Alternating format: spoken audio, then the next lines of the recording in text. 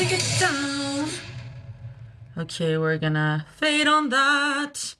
How is everyone doing? I'm gonna stop the Spotify. Stop it! And I'm gonna I'm gonna try going live on YouTube once again because I tried last time, but the audio quality was so bad. Right now I have my microphone right in front of me so that it's hopefully better. And I'm gonna keep this right here. Oh shit. Let me not press the keys. Okay, we are live on YouTube and I am gonna share my screen. Whoa, whoa, whoa. Beautiful. So I'm sharing my screen over here. I'm not super tech savvy, so I'm trying my best. But this is gonna be fine. Enid lives, but I hope Tyler won't. Zin. It's always you who is like, oh, I dropped everything to be here. And I'm like, you don't have to do that. I appreciate it, but you don't have to. Can we have another shout out for Lele the Turtle? Lele the Turtle! Lele the Turtle shout out! Woo! Okay, yeah, I'm caught up. Hi, Shar! Happy to have you. Okay, y'all.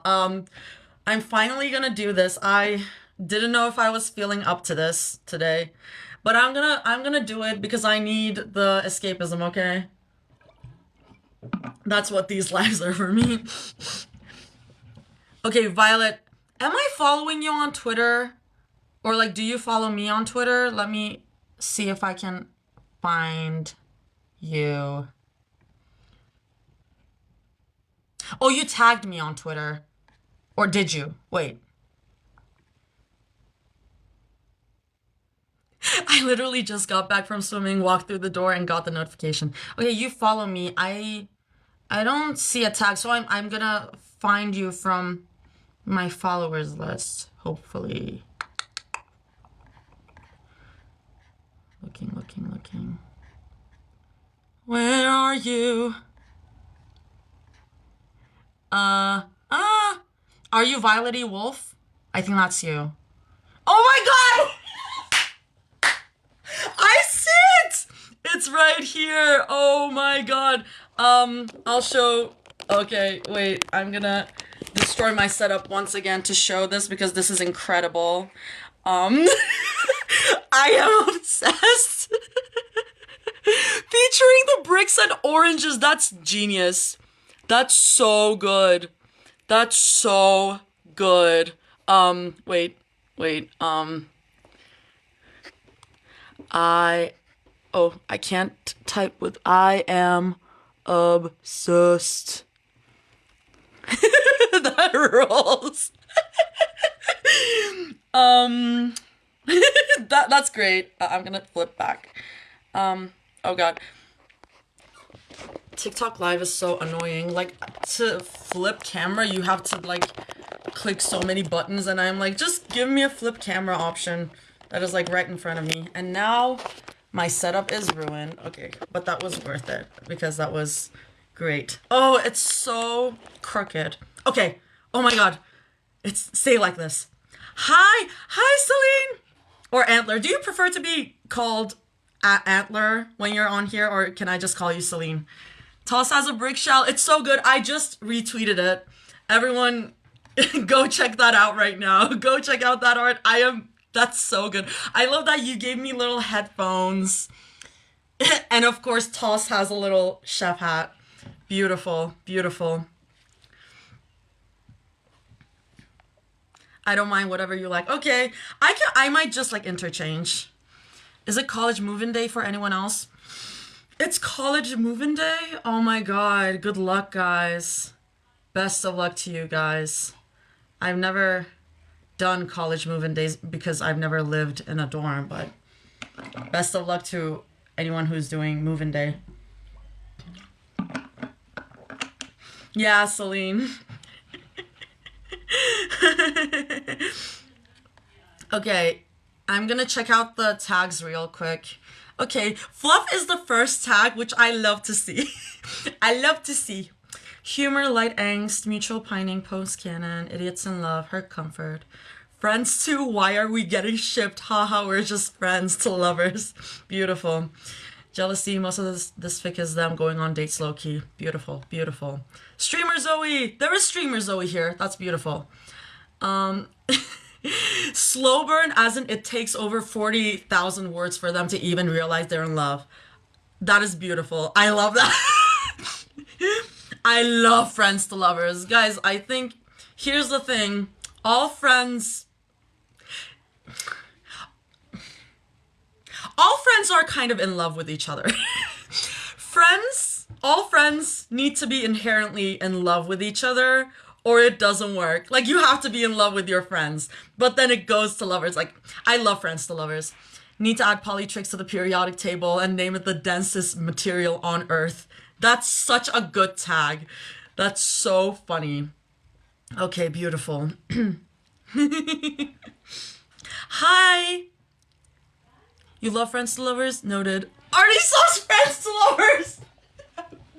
You don't need to make Artie Sauce friends to lovers where you can just do moots to lovers. Or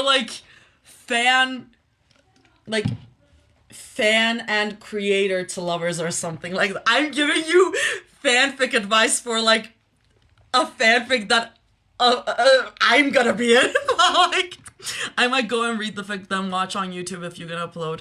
I am streaming live on YouTube as well, and I am hoping the stream quality is good enough, because last time it wasn't. And it takes me so long to upload from my phone. These lives are so long. I go into year 11 in 15 days and I am actually so scared. Anyone got advice? Oh my god. Year 11, so that's high school. I'm trying to remember my high school years. Just, I don't know. I don't have good high school advice. High school is such a blur to me. I think I made it to chapter 4, though I'm caught up on If It's Nice, Do It Thrice. If It's Nice, Do It Thrice, the new chapter came out today. I am gonna check it out. Take it easy, year 11 isn't that bad. Are you doing IBs or something? Because with the IBs, the advice I would give is get on it with those IAs. Because, oh my god, the IAs kicked my ass. Enid is alive. Find something that comforts you, like food or drink. You're doing GCSE. You're doing GCSE. I did GCSEs as well. I'm gonna say, like, try not to procrastinate, even though that's such generic advice, and I am such a hypocrite for saying that because I procrastinate on everything. I'm starting my college AU in a few days too. I'm scared. Best of luck to you guys. Hi, Crystal. Okay, I'm gonna read the summary. Or, guys, I'm a yapper. I can yap forever with the chat.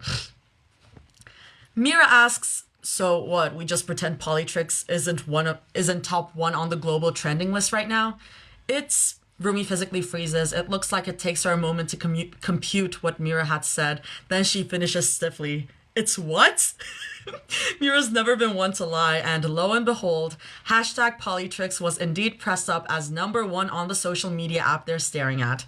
Zoe glances down to the related hashtags trending with it. Hashtag it's real, hashtag Polytrix on top, hashtag Ruby on bottom. Classic. Hashtag Huntrix girls, hashtag to the gay world. Huntrix girls to the gay world. It fits. Or Mira, Rumi, and Zoe get caught in the middle of their fans' shipping war, but maybe one ship in particular has more substance than the others. What do you mean? Okay. Is it like a bunch of like Rumira people and like, I don't know, Zomira people fighting against like the Polytrix people? Is it kind of like that? Rumi is a bottom for life. Sometimes... It is sad to see her at the bottom always, but you know what? Let her be a pillow princess. Let her be a pillow princess. Notes, when I was rewatching the movie, the only thing I could think of was there's no way there wasn't any shipping going on with the girls online, and thus this was born. This is me. Like, that's why I keep saying that Polytrix fics are just like RPF if we were in the K-pop Demon Hunters world. Like, this is RPF to me. We're basically writing RPF, but they're fictional characters. Enjoy the ride. It's just a silly little thing with lots of fluff and character studies and Polytrix being cutesies. Just don't look at the light angst tag. Okay. The title is from Polaris by Dreamcatcher. I should have played Polaris by Dreamcatcher! Oh my god, I forgot about this. I should have played... I'll play Polaris at the end of this stream. I'll play Polaris by Dreamcatcher because I love spreading my Duke agenda via Polytrix, and get it? Because ships follow the North Star, aka the Polaris. Okay, yeah. Oh, the thing is, I follow Arsenide on Twitter. Like, their name is Jamie, I think. But I just have never read this fic, but I do follow them. So this is funny. Did I just pull up the fic on my computer even though I already read it? Yes, I did. If it helps, if you also like watch on YouTube, I do share the screen when I'm streaming on YouTube. So if you go back to my YouTube, if you want to rewatch it ever or like check it out, I am sharing the screen over there because I do think it is easier to read and follow as you're listening as well.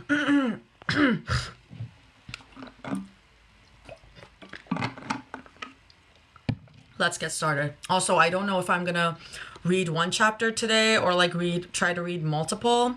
Thank you, Antler. Oh my god. The first gift that you ever sent. Oh my god, thank you. I received gifts. I said this the last time as well, but it feels weird to be like getting donations through these lives, so they're probably going to be donated, but I appreciate it so much. Okay, let's get started. Chapter 1, hashtag Polytrix is real. Beautiful. As a shock to no one, the virus starts with something that Zoe instigates. Patient zero, patient zero, as she says so herself, or was the saying patient zero. She honestly can't remember, especially when she's too focused on clutching up this round for her faithful stream viewers. Yes! Zoe groans and leans back from her screen to push the heels of her palm into her eye sockets. What the hell? She screams at the screen. Her chat is going crazy on her other monitor, words zooming past the screen before she can take it all in. That is me. She captures enough snippets to know that they're laughing, though, if the spammed caps locks and emojis had anything to say about it. Zoe looks at her camera in disbelief, then back at the game, then accuses. Chat, you saw that, right? Chat, tell me you saw that. They were hacking. No way they could shoot me through this stupid wall like that. She watches her chat for a few seconds, nodding and smiling in satisfaction when most of her fans seem to be in agreement with her. The game that she's playing loads her back into the next round, and Zoe sighs and straightens her back. She shakes her head as she grumbles into her gaming mic. Bro, I could have had that! Do you think I should report that dude for wall hacks? Wait, don't answer that. New strategy. I'm just going to kick his ass this round. Zoe picks up her gun and bunny hops around the map. Watch this, chat, she declares with pride. The enemy team swarms her from all sides in her area. Sweating, Zoe presses her eyeballs 2 inches away from her screen to account for every moving pixel. She spams her mouse. One enemy goes down, and so does the one right behind them. Zoe screams, partly in fear and partly in surprise that she actually managed a headshot. She's practically jumping in her seat with anticipation while she loops around the same structure as the last enemy. She's sweating. She can feel her chat watching her with just as much suspense. She spots the enemy. Zoe's arm tenses as she flicks her mouse and... Fuck yeah! Yeah! Zoe screams, jumping up from her gaming chair.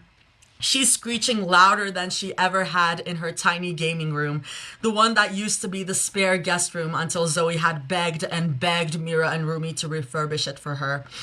Without proper ventilation, it's hotter in the room than anywhere else in the apartment, but Zoe doesn't really care, especially not when she just won her first 1v1 with the top fragger on the enemy team.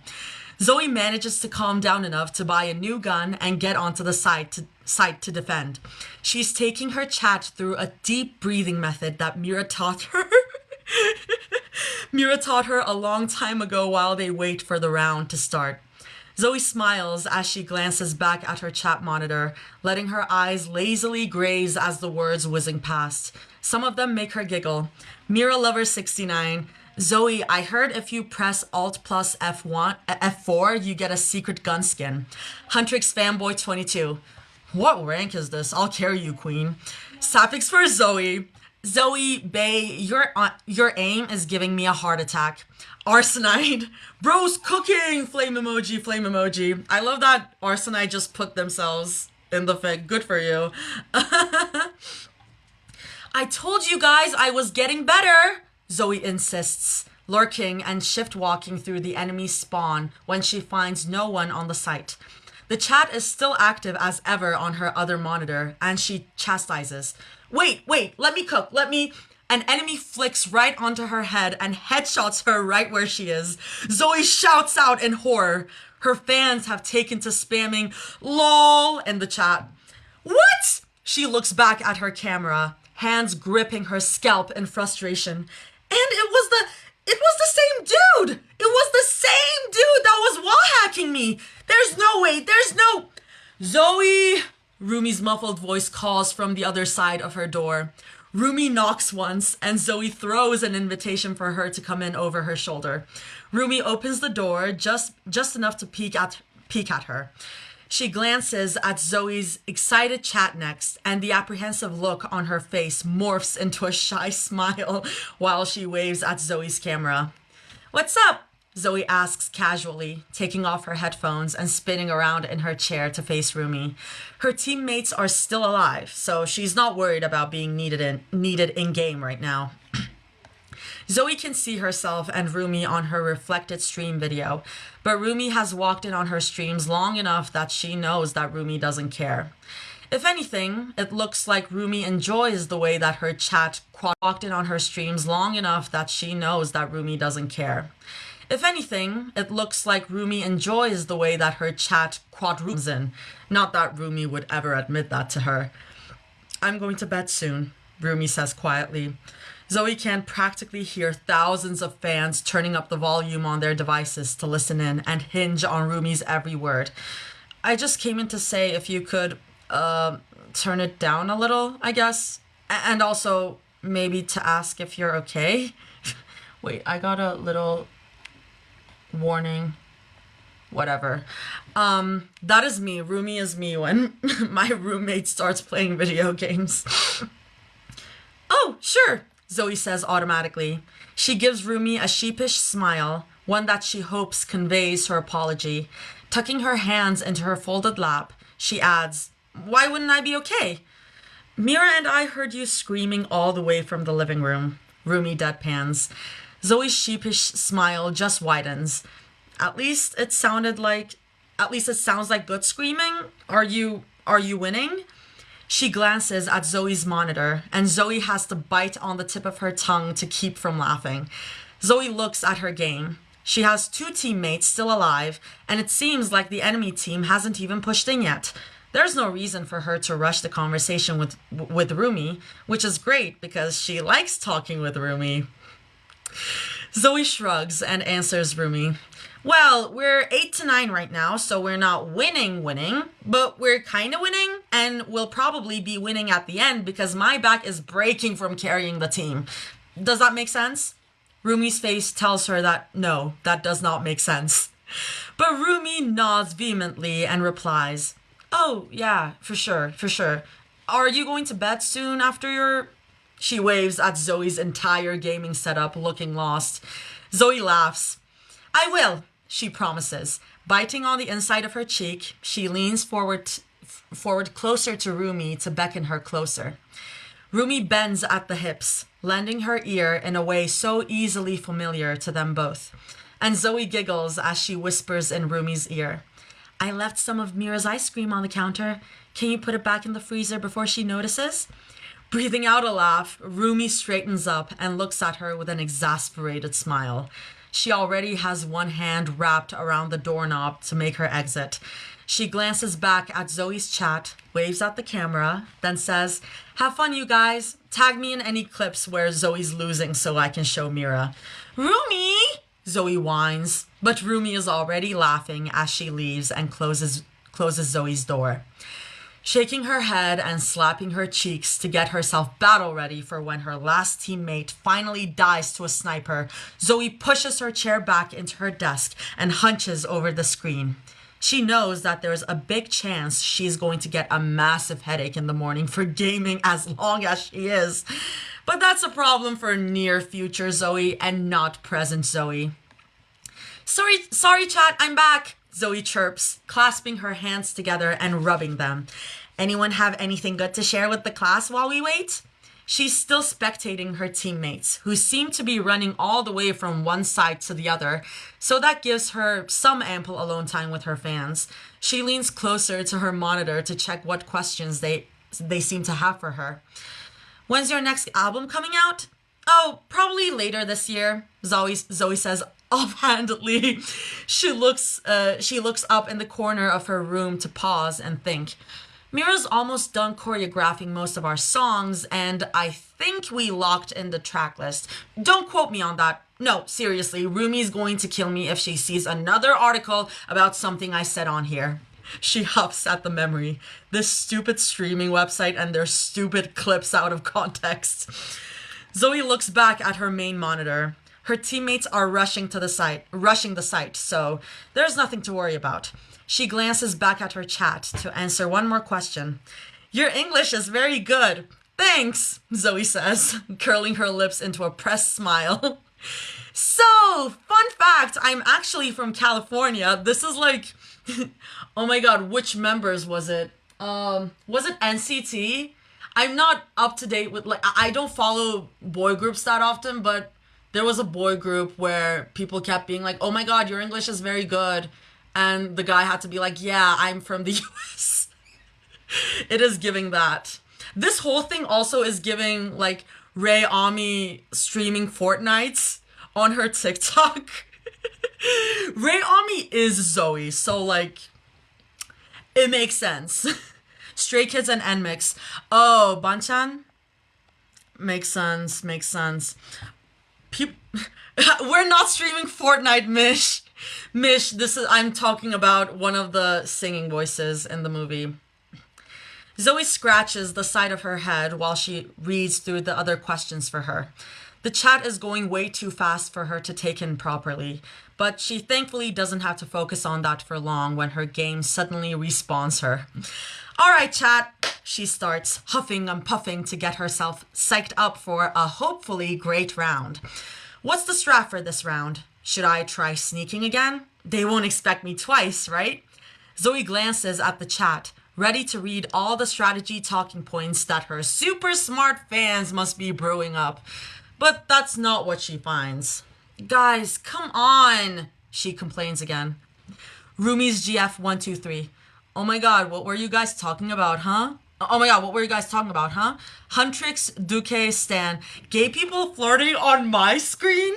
Zoe's turtles. "It's a Zoe stream. Of course it's gay." Beautiful. Sometimes Zoe forgets that her streams can be viewed and recorded by the entire world. Hence, Rumi and Mira always having to scold her about it when they wake up to Zoe screaming at a horror game on their timeline. She can't control what they think about her or what's happening, not any more than she can whenever she's on stage.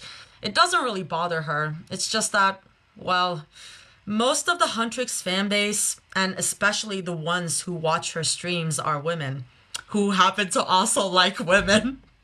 That's basically the K-pop Demon Hunters fan base. So, like, the math is mathing. Which is fine, because she does too. Who doesn't? Say that shit. Like, honestly, Zoe would be looking at straight women and be like, "I don't believe you. There's no way you don't like women." The name of that chat is the real name in Twitter. Yeah. Yeah, it is. Okay, but it does mean that Zoe is subjected to at least a couple people on her stream asking her if she was really dating Rumi, or that guy from the Sacha Boys, or that other girl that she made eye contact with on that one variety show in the first year they debuted, or literally anyone else she has ever spoken to, which is fine. I just got a violation warning. I just got a violation warning. Your live is flagged for hate speech. Hate speech and hateful behaviors. What? Live is restricted for some audiences, guys. Okay, I need to stop swearing then. Let's stop swearing. Who flagged this chat? Is it just TikTok? If this live gets shut down, I'll just start another live. This is like Ray Ami when she was like, and then it flagged me, why? And then blocked me, why? I didn't say anything bad. They don't like it when you say gay? That's crazy. That's ridiculous. Ray Ami moments. Oh my god. This is the closest I'm ever gonna get to being like Ray Ami. Yeah, this is so giving them. That's homophobic. Guys, TikTok is being homophobic. Used to watch a JJK stream that got made whenever the person would say which is the author. Oh. Okay. That's so weird. And then it's not gonna end. Guys, positive energy. And if it ends, I'll see if I can start another stream. Let's just keep going. Okay. She just wishes that they at least gave her one tip to improve in this stupid game before she punches a hole through her desk from the frustration of getting one tap through the wall like it's wall hacks. Wall hacks, she says. Zoe groans and shouts, "Are you kidding me? Oh my god, bro!" She can see her chat laughing at her from the corner of her eye again. Sulking, Zoe shoves a big stuffed toy onto her lap and faces her chair toward her chat monitor. She watches them whiz past as she grumbles some of the questions under her breath, until one catches her eye. "Where's Rumi and Mira? They don't want to play with you tonight?" "Oh, Rumi and Mira were busy all day, and I felt bad asking them to hop on," Zoe explains. Rumi was busy talking to Bobby about some signage issues, and Mira was in the studio working out some kinks from the bridge. They sometimes like to join Zoe on her stream, not particularly because they want to, but more so to spend time with her and support her. According to Mira, after she grilled her, anyway. More texts go by, ones that say hop on what with those silly eye emojis, and Zoe can't help but bark out a laugh. "Hop on game, geez, you guys," she explains and grumbles under her breath. Her smile is faint as she lets her chin rest on top of her fluffy plush toy.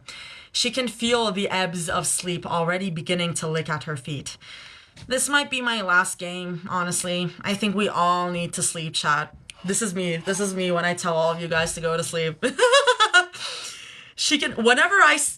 This happened with the last streamer, Zoe Fick, I was reading. I'm just like, this is me.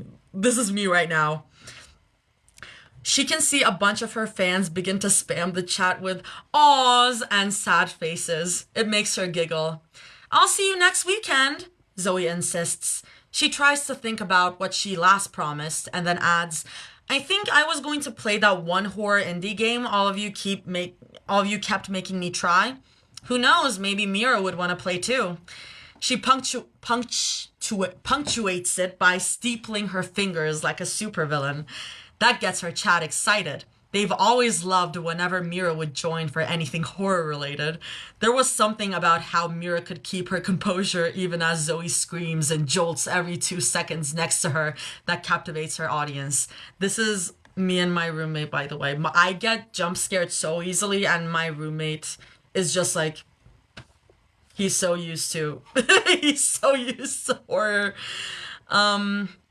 The fact that Mira's leg nervously bounces and her nails dig into Zoe's knee under the table and out of sight from the camera is a secret only between them, and one that Mira told her was bound by blood. That's silly.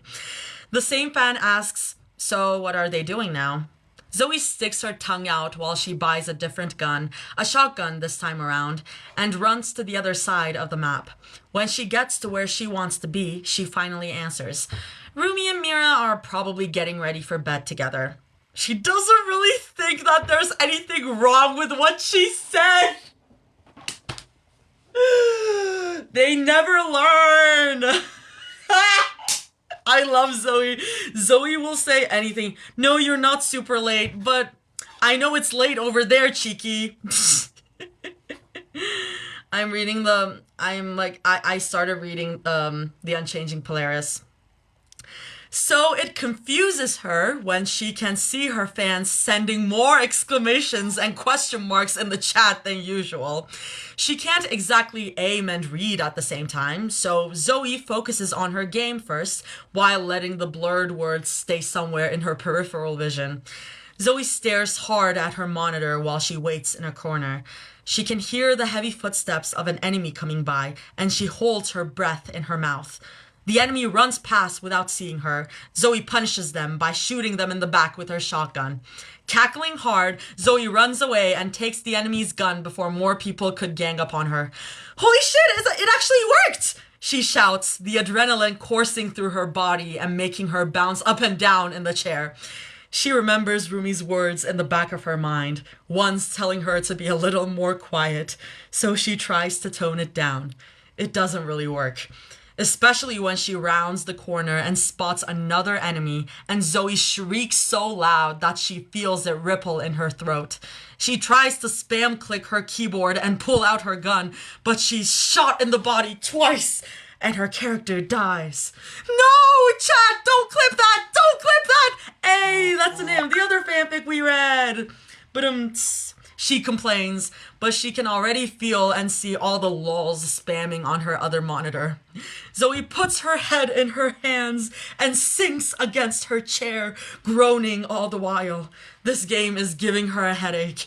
Why did she let her fans decide what game she should play today? She should have just stuck to her farming simulator and kept romancing that farm girl on it. Yeah. Someone knocks on her door.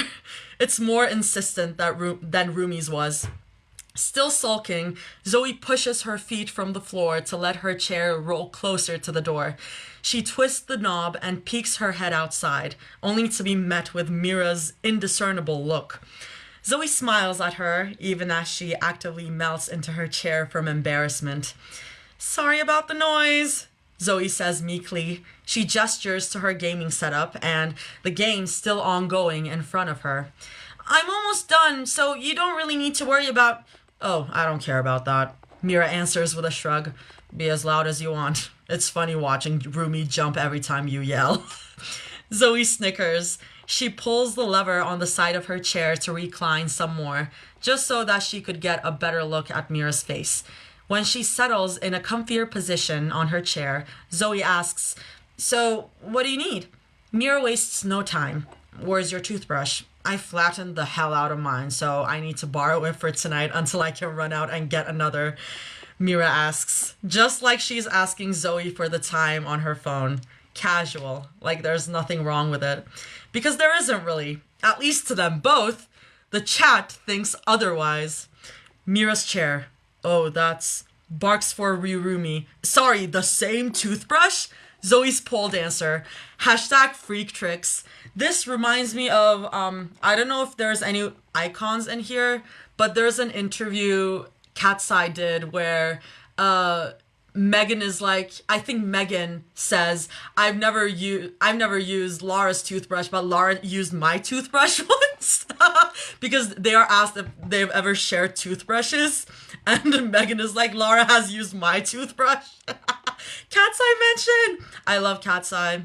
I was just watching Popstar Academy now because I like pain. I was rewatching Popstar Academy because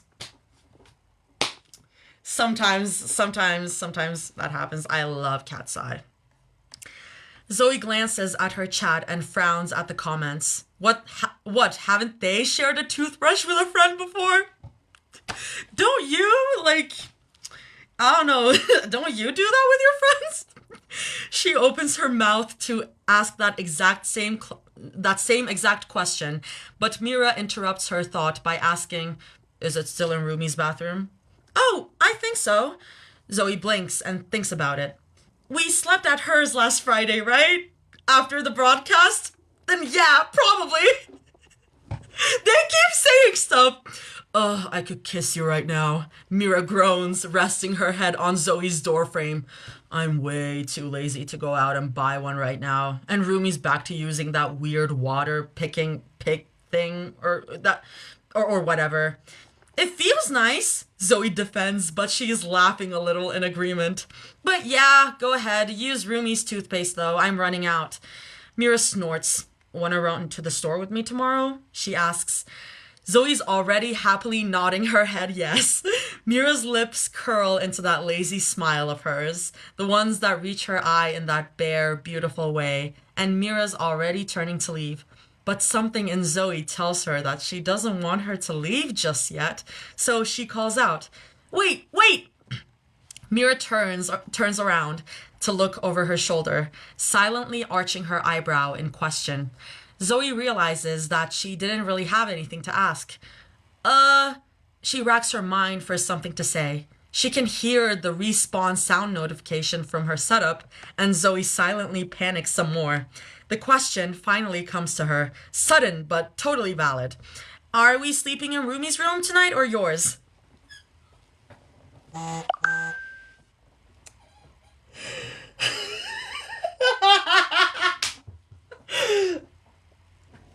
do you expect to happen, Zoe?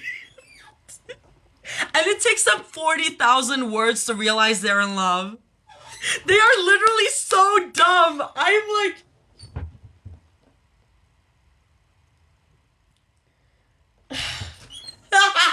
like, this is ridiculous. I'm thinking, I've never slept in my roommate's bed once. Like, come on, girl. Like, girl. Probably in Rumi's, Mira says with a shrug. She chuckles, then adds, you're still playing, and we both know how much she likes her beauty sleep. Ooh, true. Zoe says thoughtfully, nodding her head. Mira breathes out a laugh through her nose and turns to leave.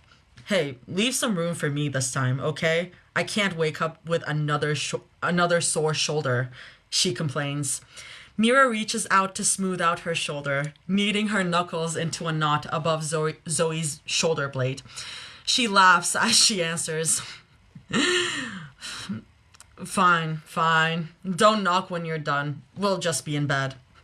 They've been sleeping together in the same room after Quima's defeat.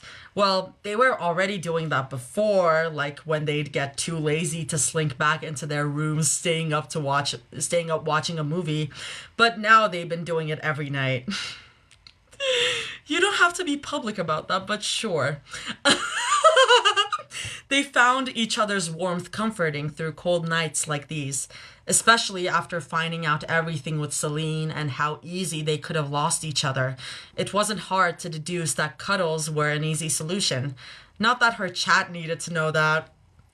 Like, yeah, not that your chat needed to know that. Anyway, and not that it was a secret. It was more so like an open secret where they didn't really talk about it and no one asked because honestly, why would they?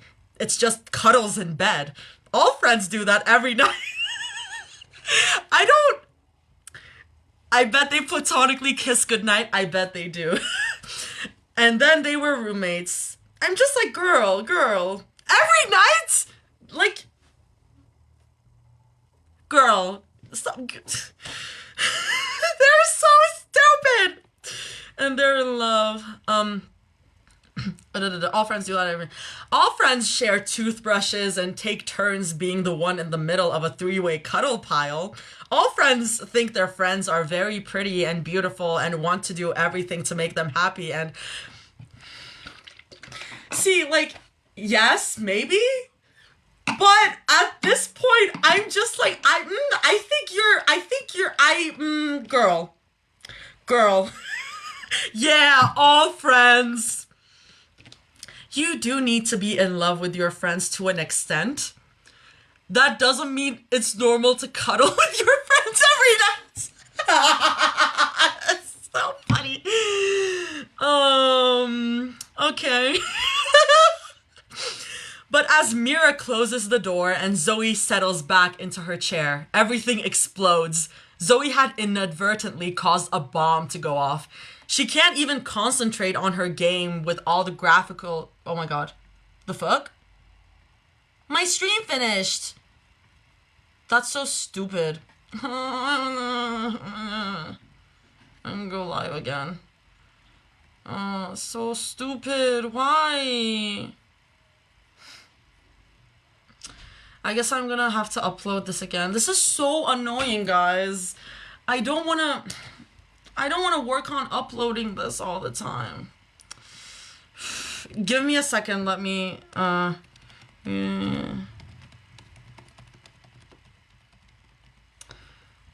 just gonna... No, it's not made for kids. And YouTube streams are like so much harder to do than TikTok streams. I should just do Twitch. But like I don't know how to set up Twitch. No, that's not the... This is so annoying. Sorry, y'all. I'm gonna go live real quick and see if this works. Please work. Please work. Okay.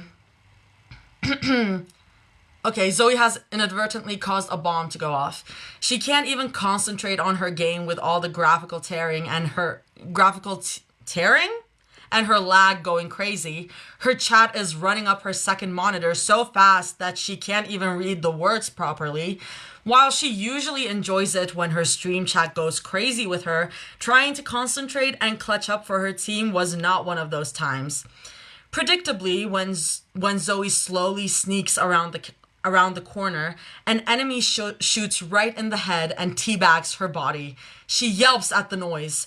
A few more tense rounds go by, all with Zoe refusing to look at her chat so that she could concentrate on winning. Sorry guys, she mumbles into her mic. I need to do this and make you all proud. She also can't help but think about bursting into Rumi's room, hands on her hips, and declaring that she won her first competitive match in this new game. The image of Mira and Rumi congratulating her and praising her for being so good at the game is so strong in her mind, and it's all she can picture. But she doesn't have to admit that out loud. It can stay in her mind palace. There's... Guys. Zoe, girl. Oh, she's so dumb. And I love her so much, but God, she's dumb. Oh. The last round starts. Gulping, Zoe grips her mouse and presses her character forward into the foyer. She can hear gunshots from all ends. It's overwhelming, but she tries not to let that bother her. If she's actively sweating on camera, she can't tell. She's lost all feeling in her upper body, and Zoe can hardly tell if she's overheating or getting too cold in her room. There's an enemy right in front of her, outlined in neon red. Zoe screams. She spam clicks her mouse. The enemy flicks around to look at her. She spam clicks some more, and the red screen of defeat flashes on her computer screen. Zoe takes off her headphones and groans out loud, pressing her hands into her face. She's not even sure why she thought playing an FPS game like this would be good for her mental health. Girl, I've never played FPS. I think I would get like stressed out of my mind. I'm a turn-based girly. I am not a gamer. I'm turn-based girly. I am never, Zoe reiterates, facing the camera and pointing at her serious face. Never, ever playing this game ever again. She clicks around in the game until she finds the main menu. She can see her chat begging her to play one more round out of the corner of her eye, but Zoe puts her foot down and declares, "Nope, I'm quitting this game and never opening it again." As promised, Zoe closes the game. She hovers on the game icon and drags it all the way to the trash bin on her desktop. All while the people in her chat seem to either goad her on or teasingly boo her for the rage quit. She holds her chin up high. "There," she says proudly. "That evil that's been plaguing my computer has been defeated." There's a chance that she's going to fish it out of the trash bin and re-download it onto her desktop while she gets off the stream. But that was a problem for future Zoe, not her. Zoe cracks her knuckles and puts her hands above her head to stretch. A satisfied groan makes it past her lips. She's been sitting down and playing for so long that she's not even sure that her legs are going to work properly. That was, once again, a problem for future Zoe. I can't believe some of you guys actually like that game. She wrinkles her nose as her chair swivels around to face her other monitor. I was thinking about playing that farming sim again this weekend. Not sure though. What do you think, chat? Her gaming setup bathes her in a gentle purple glow that pulses like a heartbeat, and she can see herself from the stream preview on the monitor. Zoe smiles at her fans, then props her chin on her hand while she checks out the newest comments. The comments seem to have cooled down a little since a couple minutes ago. It's still going a little bit too fast for her tastes, but Zoe is used to spitting out fast lyrics anyway. She knows how to catch up if it's demanded of her. Squinting, Zoe peers into the zooming texts on her screen. She tries her best to fish out the first few questions that she sees, but it baffles her when, clearly, her chat doesn't seem keen to be talking about game recommendations or the crazy headshot that Zoe had hit earlier in her game. They are talking about... Zoe leans closer to the monitor to check if what she's reading is right. Her vision is a little blurry from all the staring and gaming, but it couldn't be that bad. Or maybe she should have taken Mira's offer of seeing an optometrist with her after all. Wait, Zoe with glasses? Zoe with glasses? Chat, Zoe with glasses? Oh my god. Zoe mouths the words that she's reading, almost in disbelief. Chat, what is... She tries to mouth the word to herself, trying to fit it in her mouth in the most natural way possible. She really can't. Zoe frowns. What the heck is polytrix? Zoe ends up asking, and she almost instantly regrets it when her chat goes from moving at 2 times the speed to 200. Zoe's a fast reader, but she's not inhuman. She chuckles, partly amused but mostly nervous, when she sits back in her chair to look at the blurred words passing by. Guys, you're going way too fast for me. Yeah, even me, the fastest rapper in the world, she chastises. Let me just... Zoe takes hold of her mouse to click around in her settings. She slows down the chat just enough so that she can read what they're saying to her. It kind of confuses her some more. Freak Tricks Truther. Did we just get Polytrix confirmation on stream? GU Lover 50. There's no fucking way, dude. This is crazy. Oh my god. Diane Dog. Hashtag Rumira on top. What do you mean? Mingy Mingle. I knew there was something zesty going on. Hunterix. Quick, Zoe, have you guys explored each other's bodies? Oh my god. Oh. TikTok is doing something. Guys.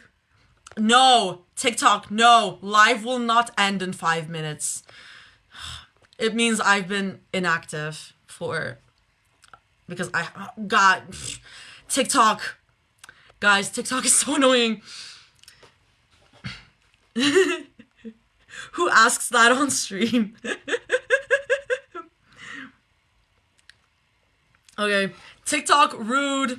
Oh my god, hi Sam. Okay, I read. Quick Zoe, have you guys explored each other's bodies? I'm so glad that we got the phrase explored each other's bodies in a fanfic, like finally, in a Polytrix fanfic. I'm pretty sure we've gotten it somewhere else. I just haven't read a fanfic with that phrase. Oh wow, Zoe laughs to diffuse the tension, but it comes off stilted and even more nervous. So, when's the part where you guys let me in on the joke? She can feel some sweat drip down the side of her face, and she wonders if it's due to the past 2 hours of sweaty gaming or the situation unfolding in front of her. She doesn't even know what to make of it. Are they talking about some sort of potential subunit for Huntrix? A merch line? Their Lightstick second version? Zoe gnaws on her thumbnail while she reads through some of the responses. A few of them are playing coy on purpose, but there's a handful in her chat that explain to her what's going on as best as possible. This is what Zoe finds out in just a mere minute of reading through her chat. 1, people are shipping her, Rumi, and Mira, which, duh, Zoe would be stupid not to know that it happens. She's been in the industry for nearly a decade, for God's sake. They've been in the industry for a decade?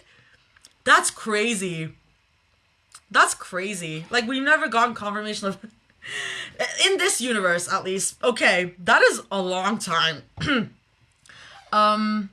Or she might be talking about the training period as well. Sorry, I went on a different tangent. But 2, people are shipping them hard, and that Polytrix is currently trending. And 3, it's trending because of her stream, which apparently contains proof of Polytrix being real. It's giving shipping us to where? Exactly. Zoe sits there, a little lost, as her fans begin to dump more information on her. Information that she could have spent her entire life without. There are theories, Gaytrix fanfiction recommendations, gifs, and exclamation marks on top of exclamation marks of people begging her to talk more about it with them on stream. This is me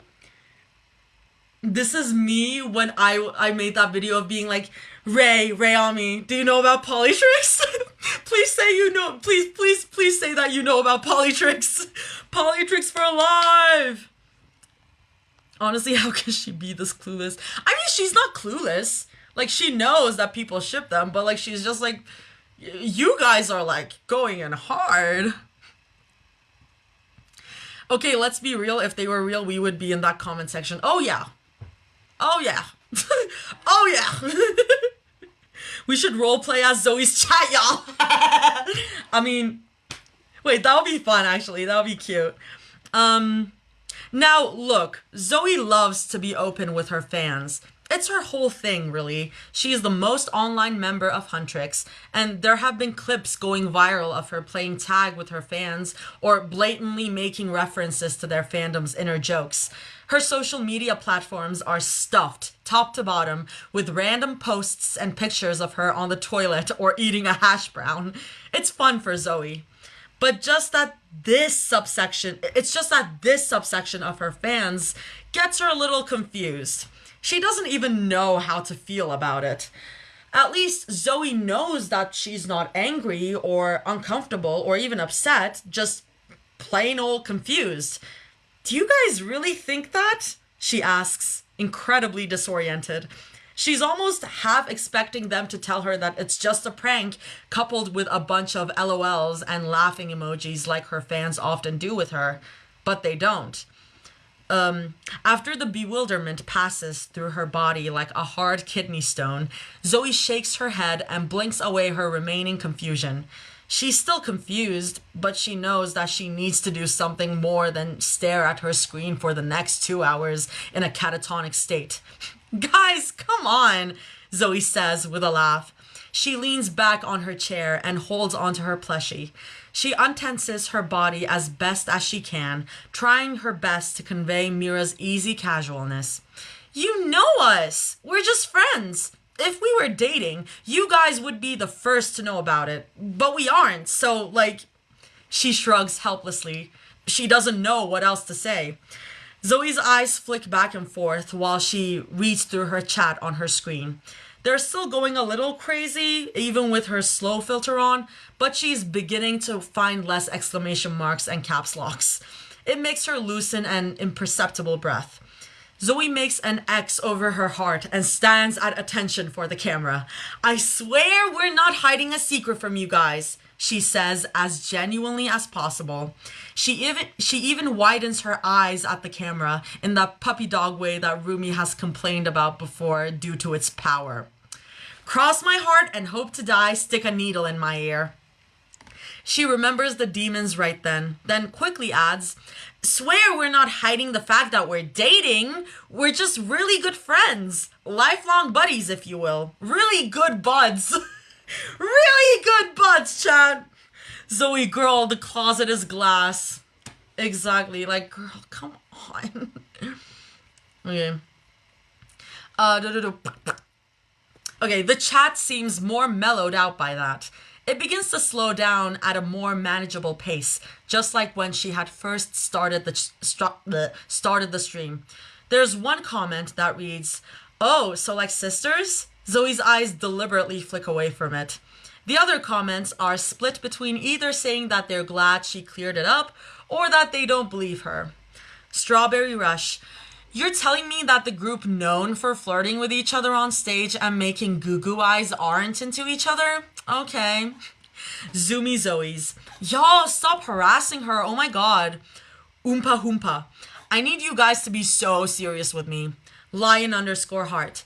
If I talked to my friends the way you talk with the girls, they would have thought I wanted to marry them, bro. Zoe shifts her weight on her chair from side to side. She's not sure how to feel about all of the comments. It puts something akin to a rock in her lower stomach, large and heavy, but it's not like it's threatening her with anything. It's just simply there, strange and peculiar. Zoe doesn't see any point arguing with her fans or commenting some more on it. Like Rumi had told her a long time ago when she got into her first fight online with a hater. First fight online with a hater, not a fist fight. First fight online with a hater. The more you add to their fire, the more you give them a reason to burn you. So, Zoe clasps her hand together and warmly smiles at her camera, even if it feels just a little odd on her face. It's kind of late, chat. I should probably go to bed before I fall asleep on stream. Again. She barks out a laugh at the memory, and so does her chat. Zoe waves at her camera enthusiastically. I'll see you guys on the weekend. Not sure what time I'll start, but I'll let you know, she says happily. She glances at the camera again, more seriously. Oh my god, what do you mean I'm offline? Sorry. She glances at the camera again, more seriously, and points an accusing finger at her fans at home. And don't stay up too late. I stayed up so late as a kid, and now I'm stuck being this short. Don't make the same mistake as I did. Sleep, or else. This is me telling you guys to sleep. Zoe dear, it's legal now. Is it legal in Korea? It is legal in Korea, right? Or is it not? I don't know if it's legal in Korea. I don't. No wonder I'm short. Her serious facade breaks through when she cracks a small smile watching everyone's reactions in chat, and she laughs under her breath as she turns off the stream. As soon as her monitors go black, Zoe collapses against her chair and sighs. She can feel the breath being knocked out of her. She rubs her knuckle between her eyebrows. She can already feel a tension headache there, one that always appears when she gets a little nervous about something. It's a matter of time before her stomach starts to twist in knots with her anxiety too. Zoe cleans up her desk and places her headphones back on the stand next to her PC. She unplugs her phone from the charging stand nearby, but she doesn't dare to look at the lock screen and be met with a flood of notifications that she knows will be bound to greet her. Instead, Zoe stuffs it into her pocket and makes her way to Rumi's room. She bursts through the door just like she had imagined she would when she would have won her game. But she didn't, so the words that slip out of her mouth instead are, "Guys, I think I fucked up." Whoa. Mira looks up from her phone first, raising her eyebrows at Zoe in surprise. You don't say that unless you really, really fucked up. What did you do? Lightly groaning, Rumi puts down her phone on Mira's stomach and looks at Zoe with sleepy, squinty eyes. What happened? She asks, voice deep with exhaustion and inching sleep. Rumi has one leg over Mira's. She's cuddled up by Mira's side like Mira was her pillow, and Mira had a hand threaded through Rumi's messy, unbraided hair. They look as if to be in the middle of their bedtime social media scrolling. They're also both looking at her with equal amounts of confusion and sleepiness. Zoe can't help but coo at the sight. Aw, you two look so cute cuddled up like that, Zoe croons. Zoe, Mira lightly berates. What happened? Oh, right, Zoe says quickly. She walks over and jumps onto the foot of the bed, gently bouncing Mira and Rumi up from the mattress. They're still staring at her expectantly as Zoe continues. So, don't get mad, but I think I may have accidentally started some rumors, trend, or something. I don't know. I was just playing my game on stream and then people started... Guys, this happened to me. This literally happened to me.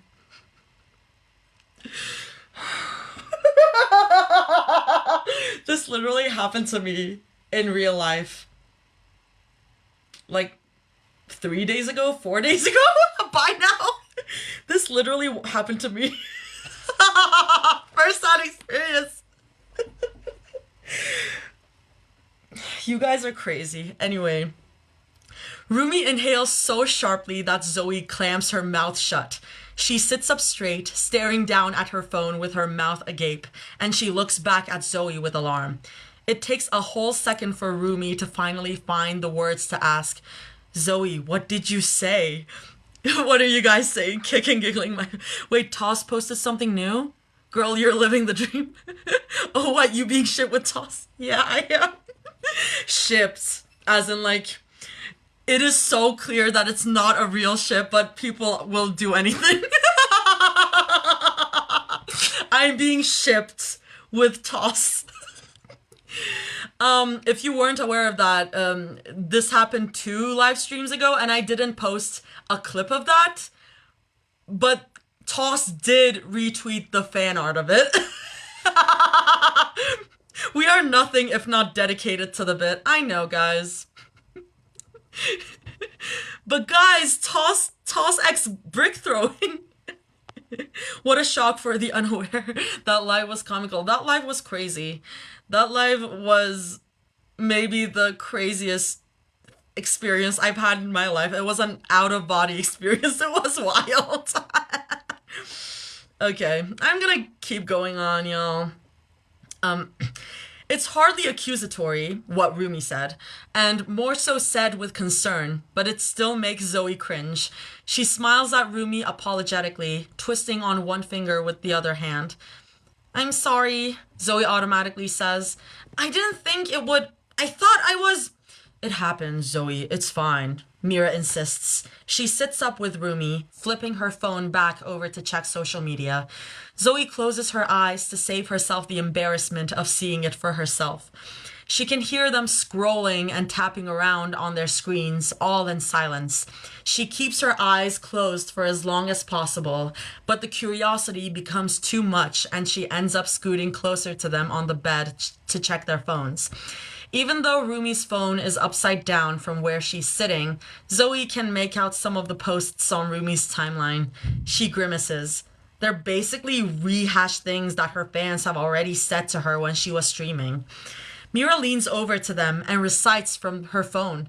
Am I the only one who was getting fruity vibes the entire time on Zoe's stream? What? Rumi hums in acknowledgement, then pauses on one post on her phone and quotes, I can't believe that we're getting Huntrix gay allegations again before they even tease their comeback. Zoe, what are they talking about? Mira suddenly snorts, and Rumi and Zoe turn to look at her. Did you... I didn't know. Wait, sorry. This is Mira saying this. Did you, I don't know, wave another gay flag at the screen by accident? Mira asks her, the amusement creeping up with every word. It was Pride Month, Zoe defends. It was midnight on July 1st. Of course people wouldn't, Mira argues. Zoe, Rumi says, it makes them swallow back their retorts at each other. Rumi's looking at Zoe, serious but not overly troubled, and asks, what happened when you were streaming? Zoe's face contorts further in frustration. I didn't even do anything this time, she complains. She collapses on the bed with her face in her hands, and she rolls onto her shoulder until her head falls flush against Rumi's thigh.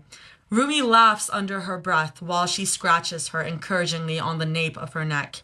Zoe pouts at them both. She tries to explain as briefly as she can, but she's always been one to be verbose, especially when she's anxious. It takes her almost 15 minutes to finish her entire story, but Rumi and Mira don't interrupt her once. They were so sweet. They were so sweet.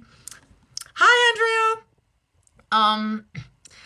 So yeah, she finishes. She tries to recount the briefest summary for them just in case that they couldn't keep up. People saw you guys walking in on my stream, thought we were boinking just because we sleep in the same bed, and now we're here. Beautiful rundown, Zoe, Mira says, all in a way that Zoe can't tell if she's actually being serious. Thank you, she says anyway, because her mother had always taught her to be polite. Rumi sympathetically pets Zoe's hair. She presses her lips together in thought, then tells them, I don't think we have to worry about it, Zoe. This kind of thing happens more than you think. Remember when we were performing at the Idol Awards a couple years ago and... Wait, I'm already forgetting the hashtag, wasn't it? Mira's shoulders shake with her laughter as she answers, hashtag gay tricks. Zoe giggles despite herself. She doesn't remember the specifics of that entire week, but she remembers enough about it to look back and laugh.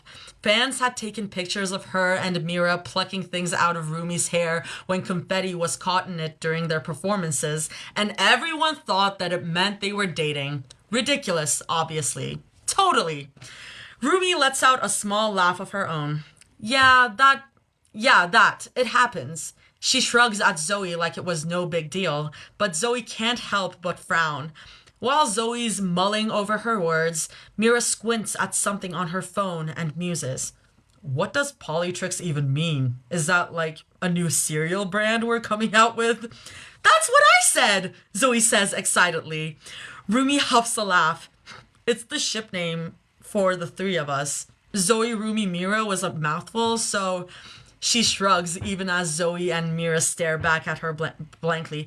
My other ship name would be... What was it? Zorumira. Zorumira. Zorumira. I think that works. It is a mouthful, but Polytrix obviously is better. Polytrix is a really good ship name. I like damn, that's a good ship name. Rumi stares back at them, then sighs and adds... Ship name, like a relationship. People are... Geez, Rumi, we're not that old. Mira interrupts with a wrinkle of the nose. We're just wondering why you know that. Startled, Rumi says, wow, you asked? And are you saying you think I'm that old? Well, Zoe drawls as she lolls her head to look at Mira. Rumi's face is slowly turning a shade of red. It makes her demon patterns stand out a little more from her skin, and Zoe takes the time to admire them even as Rumi defends. Hey, I know I don't post as much as you two, but I still have accounts. Plus, I've been in this industry since I was a kid. So? Mira asks, sincerely, yet just as teasingly. Rumi irritably sighs through her nose. Zoe giggles. So... Celine warned me things like this would happen, and the only thing she told me to do about it was not feed into it. And I think it's been working perfectly fine so far. Fine so far, if you ask me. Zoe doesn't miss the way that her eyes shift away from them at Celine's name. Mira notices too, but she wisely tries not to say anything about it. Instead, Mira asks, so what, we just pretend Polytrix isn't top 1 on the global trending list right now? Rumi physically freezes. It looks like it takes her a moment to compute what Mira had said, then she finishes stiffly. It's what? Zoe pushes herself up from the bed to check Mira's phone. The three of them press close together to see it.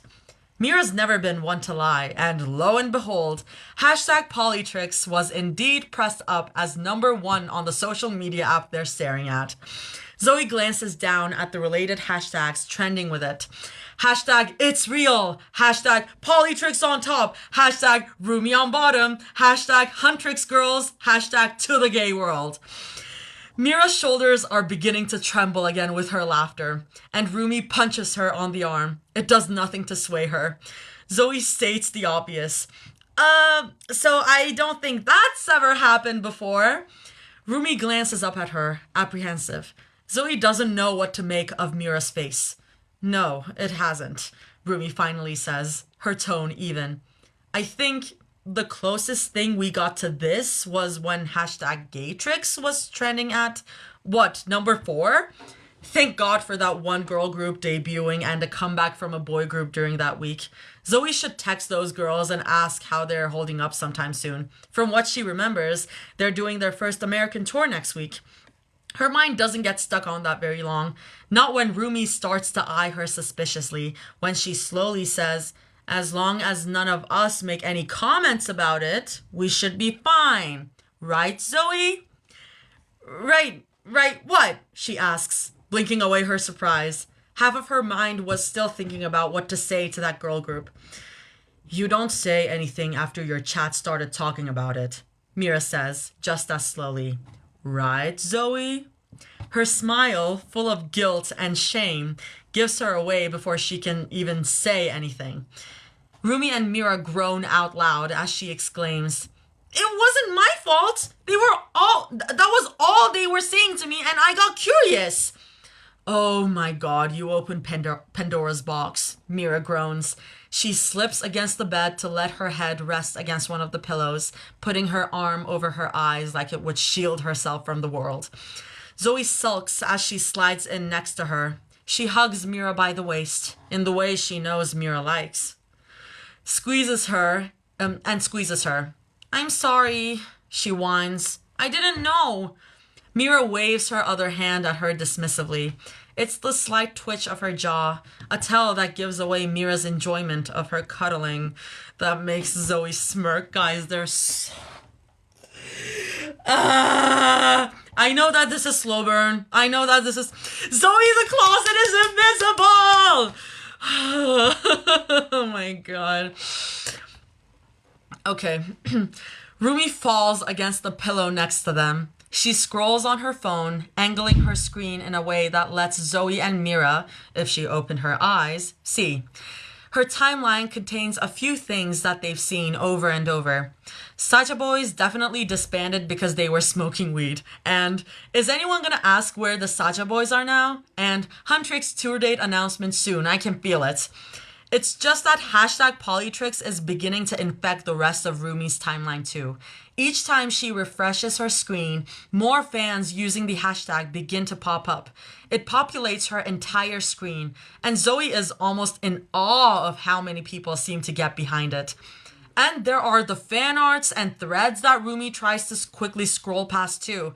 They're great. Maybe a little out of character in most of them for Zoe, as if she would blush that deeply for a kiss, please.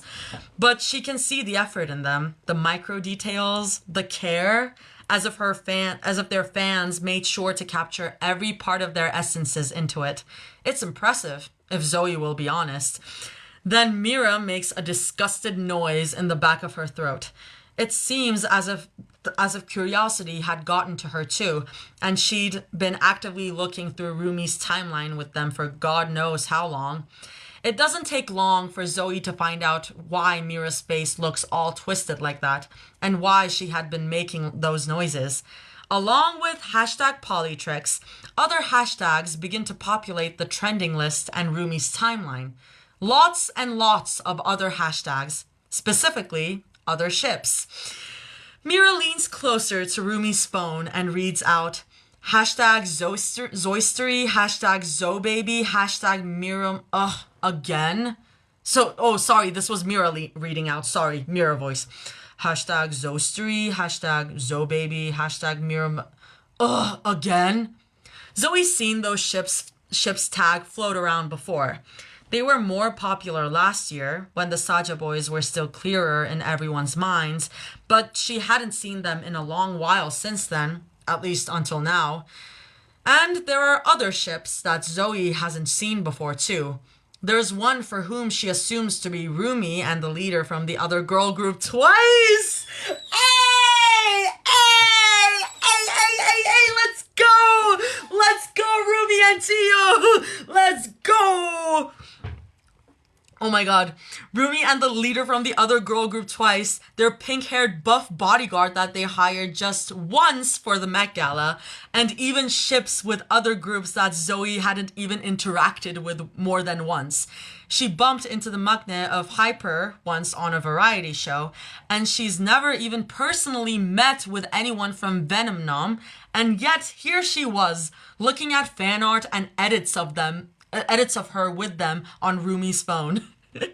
There's also Rumi and Jinu, but when Rumi sees the hashtag, she scrolls away so fast from it that Zoe barely had time to read past the hashtag in the post. Damn, Mira says. Zoe can't read her tone beyond surprise. So, should we call Bobby? Rumi sighs. She glances at her alarm clock, so Sorry, I'm gonna plug the battery to my computer because I don't want my computer to die. Okay, Rumi sighs. Go away notification. Rumi sighs. She glances because I don't want my computer to die. Okay, Rumi sighs. Go away notification. Rumi sighs. She glances at it's already an hour past midnight. It surprises Zoe too. She swears she got off her computer at 11. We can call him bright and early in the morning, Rumi finally says. She frowns to herself. I don't want to stress him out with this so late. Besides, I don't think it'll be a big deal in the long run. That's what they always say. That's what they always say. I'm still never getting over the headcanon, but that Mira calls Bobby dad. Wait, what? That's so cute. That'll be so cute. I don't think, like, Bobby is kind of their dad. I don't think they would, like, call him dad because, I don't know, it feels a bit weird, but that's very, very cute. That's very, very cute. Should we call Bobby? You think so? Zoe asks. She presses her cheek against Rumi's shoulder and swipes her finger up on her screen. It brings forth a plethora of more hashtag Polytrix posts. There's a lot, Rumi. Like, a lot. I don't think I've ever seen something trend this much on every single app I have on my phone. At least it isn't about anything illegal, Mira points out. She yawns and curls her legs inward to stretch. It's just some harmless fan stuff. It's not going to do anything to us. Yeah, Zoe, Rumi agrees. She turns off her phone and yawns along with Mira, who smirks smugly at her for catching her contagious yawn. Rumi glares at her as she continues gently. If it was anything really bad, Bobby would have been the ones to tell us. We're fine. We've dealt with way worse than this. Zoe thinks of the demons that they had to chase after earlier that morning during their joint morning run. She grimaces at the memory of it. She would much rather deal with the demons than face whatever her fans have for her when she wakes in the morning. But she gets Rumi's point. The touch of sleep is already beginning to descend onto them. She can tell from the way Mira is beginning to curl in on her and the way Rumi is wrapping her leg around hers. It's natural for them at this point to seek each other for comfort and warmth when slumber is there waiting for them. It's the only way they can finally find rest, really. Zoe doesn't mind it in the slightest. Her eyelids slide shut, and she can feel the faintest sign of a smile press against her lips when she feels Mira turn on her shoulder to cuddle with her arm. She's not even sure that Mira knows she's doing it with how much her breathing has steadied. Besides, Rumi mumbles, her warm breath tickling Zoe's ear. She already sounds halfway into the dream world. It'll stop by tomorrow or next week. If this was something bad, we would have known by now. Faintly, Zoe realizes that they hadn't even turned the lights off yet. She doesn't really care. Like Rumi had said, if it was important, they would have been told off by now. That's the first chapter. Adrian behavior just a... Adrian from Miraculous Ladybug? At least it's not illegal. Them being illegal in 64 countries. Please. No. Bobby thinks they're already dating. Oh my god. Yeah. I really like that headcanon of Bobby being like, guys, come on. They're just friends. Let me read the notes. Also, my stream ended again. It's so stupid. Why does my stream keep ending on YouTube? Like, what do you mean? Why? Girl, why? Anyways, let me read the notes. If you're reading this while the fic is still marked and unfinished on AO3, no worries. I'm actually reading it after it's finished. It's already 50k words in my doc, actually, so the entire fic will be done at around 60k. I'm pretty sure it's longer than 60k. And if you catch some of the refs from the stream names, I love you. I did, Jamie. Also, Zoe was definitely playing Valorant. Of course she was. Of course she was. Let me kudo this. This was so much fun. But really, yeah, Bobby probably knew before all of them. Yeah. Bobby, wait, I thought you knew. That's funny. Should I leave a comment? Let me leave a comment. What should I say? This is so fun. Can't wait to read the rest of it. This is really fun. This is like the shit that I like. It'll be done at 60k, me looking at the 116k words. Yeah. AO3 authors, man. They just cannot stop. Read the funny comments for us. Yeah, let me read the comments. Let's go, Jamie Arsenide _ Before I fucking read the rest, I was like, wait, I had seen this preview. Scrolls up to see the author. Oh, it's that 50k author from Twitter. Anyway, gotta read the rest. You're in chat! Oh, there's an essay of a comment, obviously, as there always is. The way Mira and Rumi were cuddled up when Zoe walked in, Rumira being a 50-year-old married couple scrolling before turning in, is the best vibe. Yeah, they're really sweet, and they don't know that they're in love. All of us and Bobby say politics is canon and not tell them. They get more ideas. Yeah. Arsenide, bro's cooking. Bro really is cooking. But you can't just throw the "Are you winning, son?" joke too at us too. Oh my god. Ryan Geo mention. Hell yeah. No, the Geo mention was really good. I keep seeing the fan art where people draw Rumi as Geo, like from the and it's like, hell yeah. Guys, I'm in love with, I have a couple of celebrity crushes, and Gio is probably one of them. Like, oh my god. Gio is my bias in Twice. Like, she definitely is my bias in Twice. She is so incredible. I love her. Okay, next chapter. Should I keep reading? It's 8:54. Should I just keep going until like 10? Guys who agrees that Celine knows about polytricks and secretly loves it. Trust. Okay, everyone is like, keep reading. Okay, but just as a warning to you guys, as I keep reading, I'm probably gonna get more and more tired, so I might like start tripping on my words even more. But if you guys don't mind that, I am like open to keep reading it, because it's like, it's long, and it's like it's 8 chapters, so it's like nice to like, it would be nice to get through 2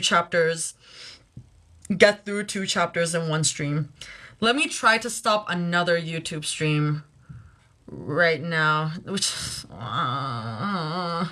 this is so stupid. It's so stupid. Why does YouTube keep shutting down my streams? I'm just trying to make it easier for my streams to be viewed afterwards. Reading the Unchanging Polaris. Unchanging Polaris, Chapter 2. Give me a second, guys. I'm coming.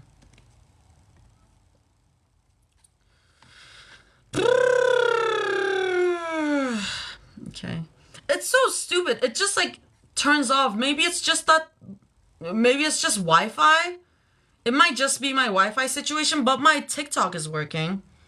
What are the oranges? I leave early, guys. Bye. Bye, Cheeky. I guess Cheeky already left, but like, good. I don't want Cheeky staying up late. Cheeky's in the Philippines. But yeah, let me start this stream. Anyone public can view. Anyways, guys, while I was reading that, I was just thinking about, like, how Cat's Eye gets shipped. Cat's Eye is just such a shippable group, though. It's like... Y'all saw that Lollapalooza performance? What's Cat's Eye even about? What's Cat's Eye even about? They're about being gay. That's what they're... Sorry if you don't know who Cat's Eye is. I think about them a lot. Not yet. Wait, the fuck?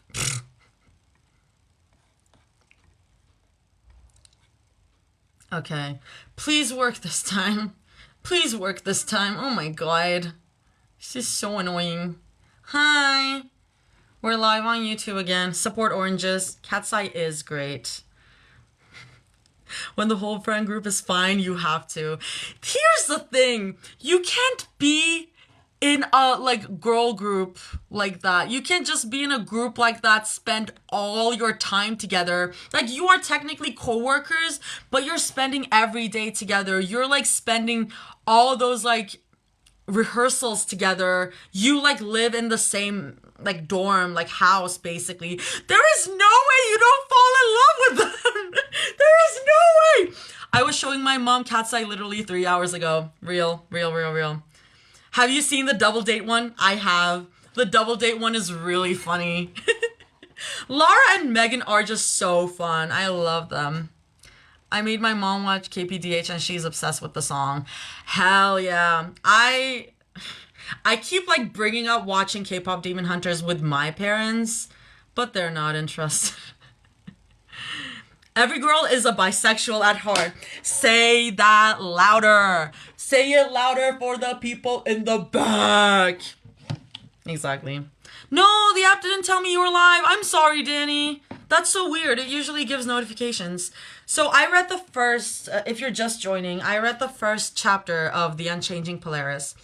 And I'm probably going to read the second one just to like get it out of the way. And then I'm gonna like end it after, like, I'm gonna end it right after finishing this because like I can't stay up that late. I'm an actual bisexual, real.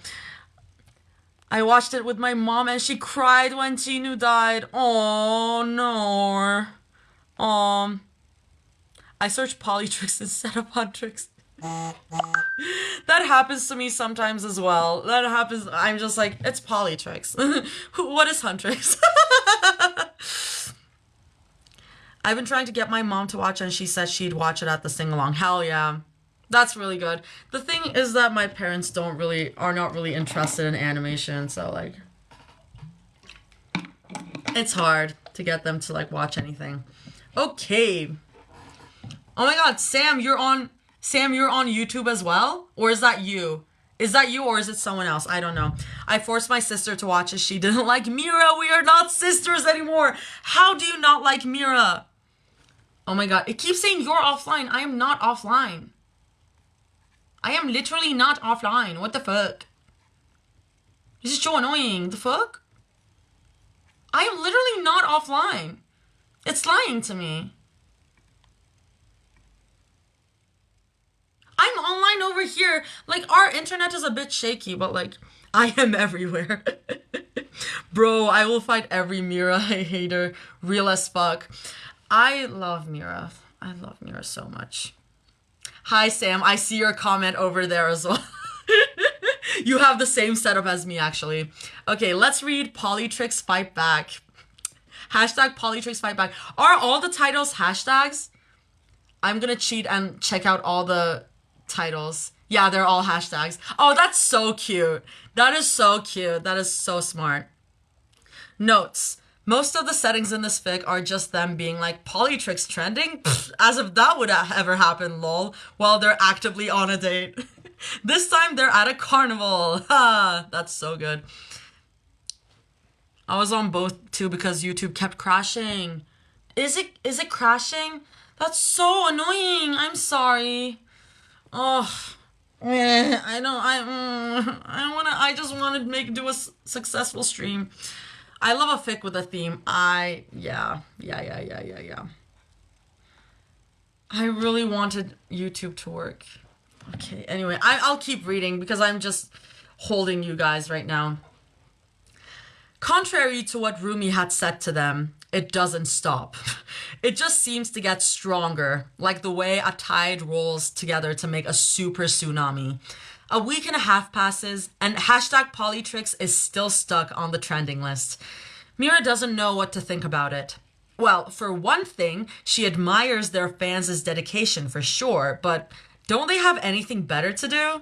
It's all she sees on her phone, and whenever she walks down the street, her dance covers on her profile still contain the same thirsty comments from women in the comment section, but now they're also threaded with comments that say things like, when are you going to collab with your girlfriends for your covers? Bobby had to cancel practically every and all interviews for the near future. The essential ones stay, but he made sure to reiterate that any questions relating to the P word are strictly forbidden with his girls. Mira snorts under her breath when she remembers how Bobby reacted the morning of the incident. He had burst into their apartment, sweating and panting, and his first words to them were, I usually don't believe the scandals, but it's not true, is it? Oh, it isn't? Oh, okay, well, I talked to a couple digital strategists on the phone while I was getting here, and it was a fun memory, one that Zoe still brings up while they make coffee in the morning, paired with imitations of the face Bobby made. But it also makes her wonder why he hadn't stopped to ask in the first place. Like he thought that there might be a shred of trust to it.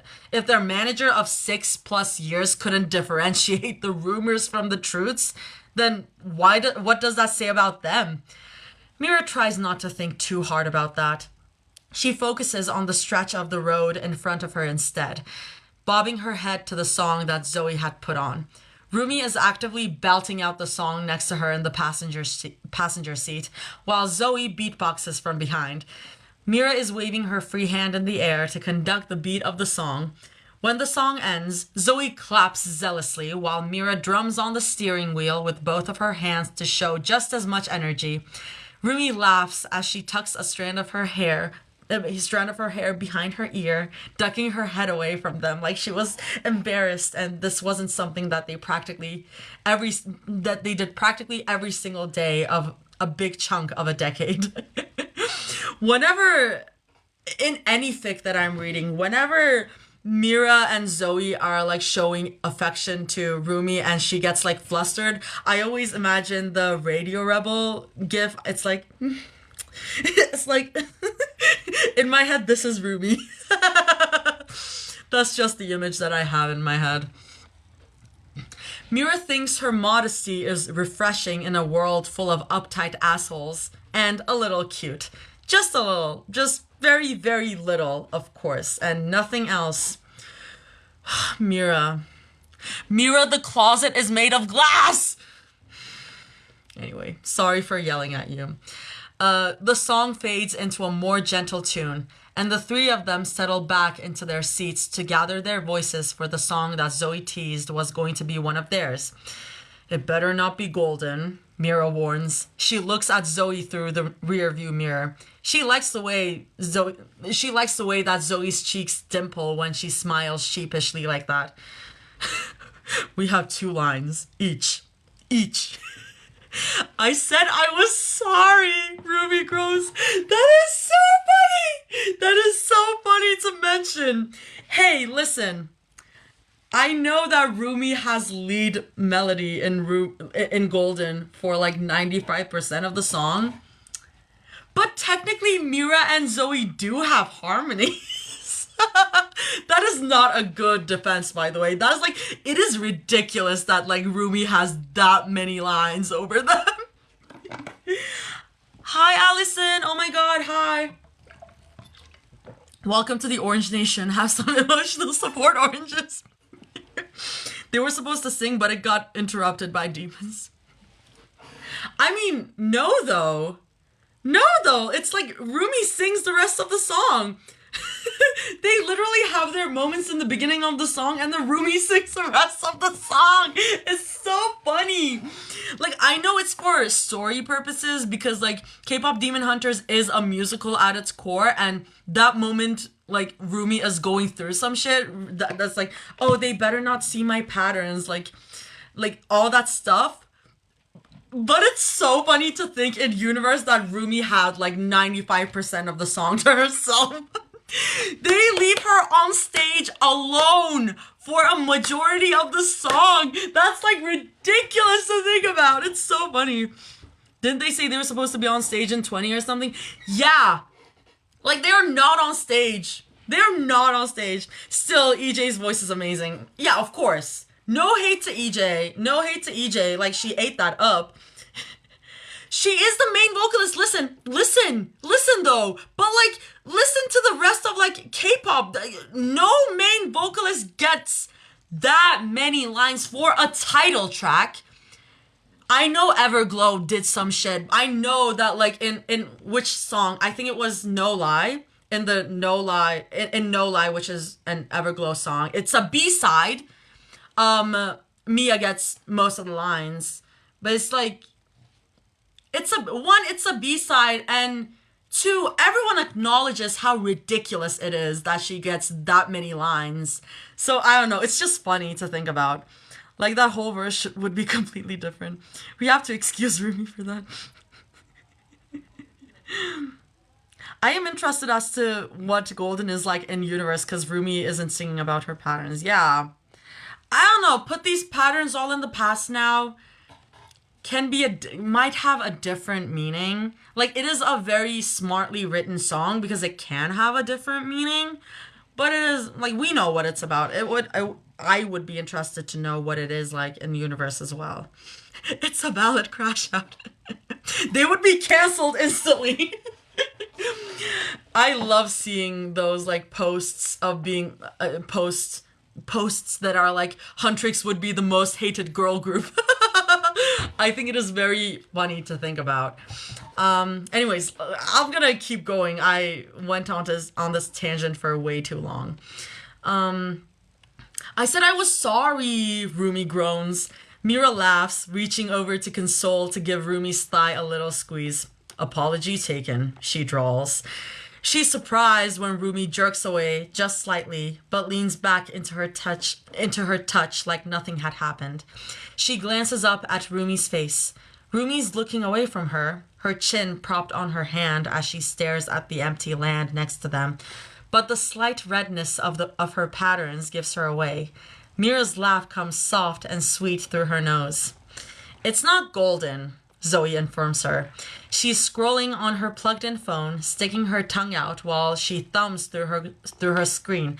I queued up a bunch of songs from our new album. It's as good of a time as any to test out our harmonies, right? So they do harmonies. They do harmonies live. How long do we have until we get there? Rumi asks. Mira glances at the GPS. Like 50 minutes, 20 if we get stuck in traffic.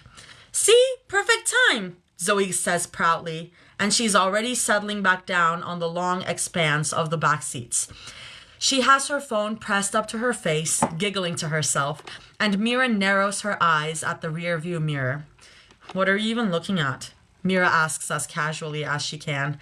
Rumi glances at her. They share a look of dual suspicion. What? Zoe asks, her eyes flicking back and forth on her screen. Her smile is slowly beginning to creep up on her face, and she nibbles on a fingertip. Nothing, she finally says again, when Rumi looks over her shoulder to look at her. She practically looks enamored. Well, you're clearly looking at something, Rumi insists. She narrows her eyes at Zoe. Are you adding more songs to the queue? I told you that I didn't feel like belting Wicked. My throat is still... Okay, sorry. This is so good. That's really good. Rumi would be belting Wicked. Rumi would release a cover of Defying Gravity or The Wizard and I. Like, Rumi would do that. Rumi would be a musical theater girly. There, I said it. Rumi would be a musical theater girly.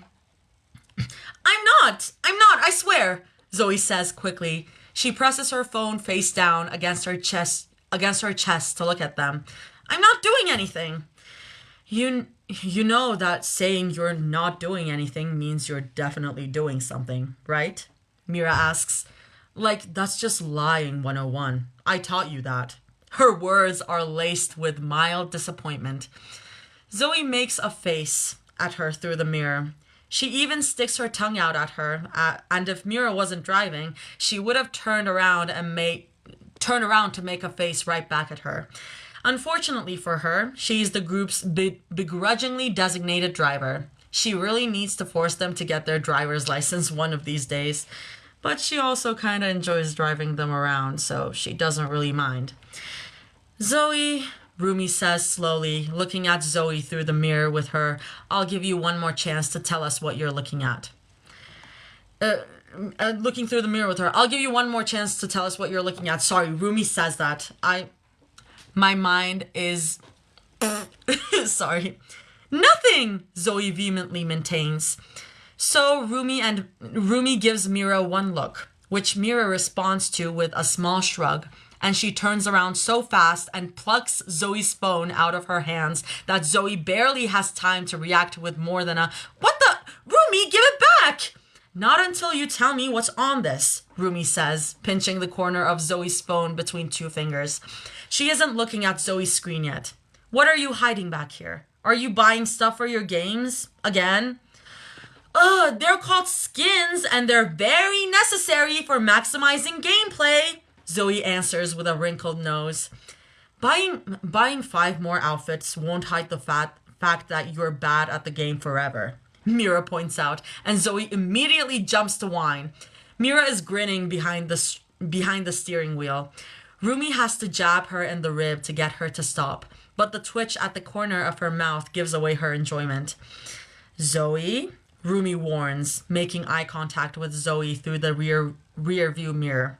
She still has Zoe's phone clasped between her fingers, and each time Zoe tries to take a swipe at it, Rumi lazily moves it away. Are you going to tell us what you're looking at? What if I don't want to? Zoe challenges. Rumi looks at her over her shoulder. She doesn't even say anything. She just stares at Zoe, eyebrows raised. Mira can practically feel the ice creeping up her shoulders right next to her, and she makes a sympathetic noise in the back of her throat. She's glad she isn't Zoe right now. She can see Zoe shrinking in her seat from the mirror.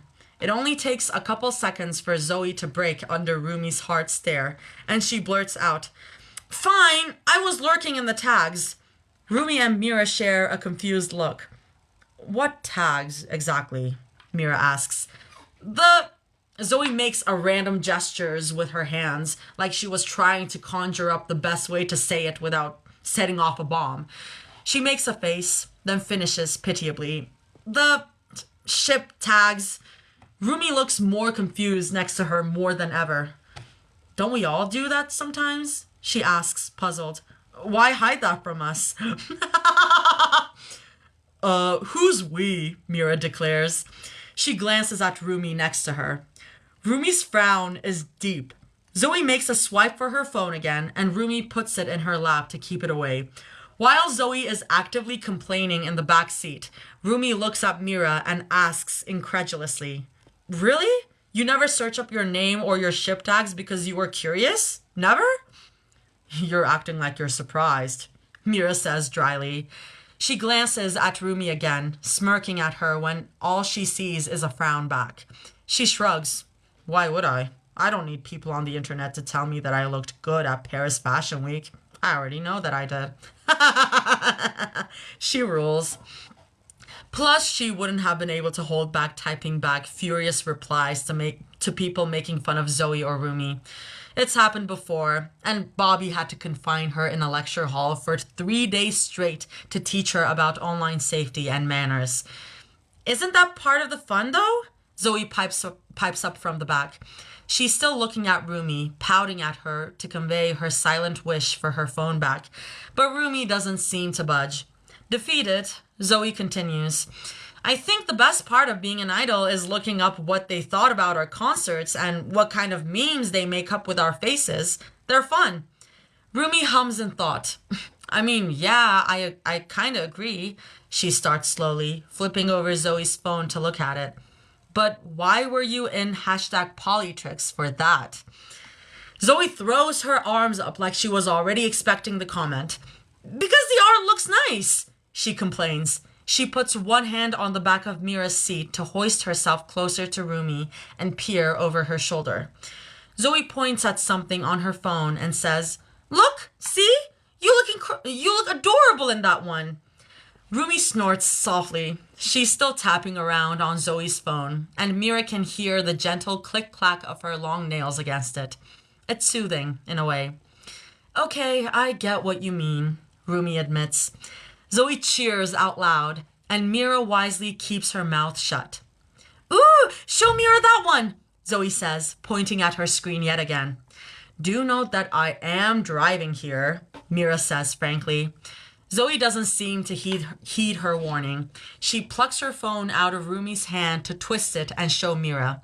And because Mira is only human, she glances at the screen to see what she's talking about. And it's not bad. Mira is used to seeing fan art of herself. She even has some of the art that her fans give to her during fan signs tacked up on her wall behind glass frames. She shouldn't be so shocked to see another one on Zoe's phone. It's just that this particular piece of art depicts her gentler than most art of her had. It's not even inherently romantic in nature, at least from first glance. It's just an illustration of the three of them holding hands, with Mira to the far left looking at both of her girls with a gentle smile, and there's a giant heart sun thingy in the background. Mira slides her eyes back onto the empty road in front of her. If her grip goes a little more taut on the steering wheel, she doesn't say. What do you think? Zoe asks her casually. It's cute, she admits. Told you, Zoe says proudly. A smug smile slathers itself on her face. Say that 10 times. And Mira has to restrain herself from huffing. Zoe's back on her phone, but she has her arm outstretched so that Rumi could see with her. Rumi points at a certain point and asks, What's that? And why do you have it bookmarked? Oh, it's a fanfic, Zoe says nonchalantly. She presses on it. There's a lot of these online about us. Thank God she reads fanfics. Oh, I get the appeal with the art. Okay, I get the appeal with the art, Mira interrupts, pursing her lips as she stares straight ahead. But now why the hell are you looking at that? Because they're funny, Zoe insists. Duh! A small giggle escapes Zoe's lips, giddy and gentle. She's pressing her phone screen closer to Rumi again, and Rumi wraps her fingers around the back to keep it steady while she reads. Rumi reads in silence, and there's too many cars around this bend in the road for Mira to spare her a glance to check her expression. Thankfully, or unfortunately for her, Zoe takes that as a chance to read it out loud. Zoe squints back at her phone and recites in a deeper voice in between her giggles. Mira traps Rumi against a brick wall behind them. Rumi squeaks like a small kitten. How do you like this now, princess? Mira purrs, and Rumi, the bark of laughter that comes from Rumi is loud and unrestrained. Oh my God, Mira exclaims loudly. Rumi and Zoe are laughing fully in her face. Mortified, she turns her whole head around to look at them in disbelief. I would not say that. I would not do that. Why? A car honks behind her, and Mira snaps her head back in front of her to swerve gently out of the way. She meekly waves at the car that pulls up next to her, and the man shakes his head at her before speeding in front. Meanwhile, Rumi and Zoe are still chortling in her ear. Is there more? Rumi asks Zoe gleefully. Mira cuts her with a sharp look. Rumi shrugs at her teasingly. Hey, I haven't seen you this red in a long time. I just want to see what else they came up with, she defends, like it would stack up as a great excuse. Zoe is thumbing through her phone in broad strokes as she hums. Oh, there's a lot more where that came from. Why, princess? Mira asks incredulously, the chagrin heightening the pitch of her voice. It makes Zoe and Rumi giggle some more. Is it a joke I don't understand? Is it what? Don't ask me, Zoe says defensively, but that Cheshire-like smile is still propped happily on her face. Maybe it's because of that one time you were joking about Rumi being a princess because she didn't like sleeping without a heated blanket in the winter. So, your fault. Rumi is laughing hysterically next to her, like the entire situation is an absolution. Not even the strongest kind of Mira's glare can deter her. Rumi interjects, almost gleefully vindicated. Or maybe it's because you made fun of me on live television when they were asking how you felt about me being in the industry longer. Mira remembers it all too well. She remembers it being just days after their debut, and the interviewer had turned the mic to her and asked how she felt about that. And her being inexperienced with the fact that everyone would be clipping her on social media and calling her an ice queen, had leaned over and said, "Oh, I think Rumi takes up her royalty status pretty well." Okay, I'm gonna chill for a second because I've been reading for a while. Mira is ridiculous, but she's funny. She's so silly. They're so silly. They're all so funny. And so,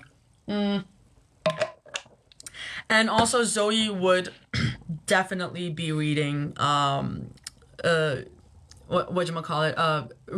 fanfiction. It will change you. You'll never be the same. Wait. Because Rumi is their pillow princess. That's what I've been saying. And good for her. I don't care. Everyone keeps making fun of Rumi for being a bottom. Good for her. Good for her for being a pillow princess. Mira definitely calls Rumi princess in her head. Trust. Yeah.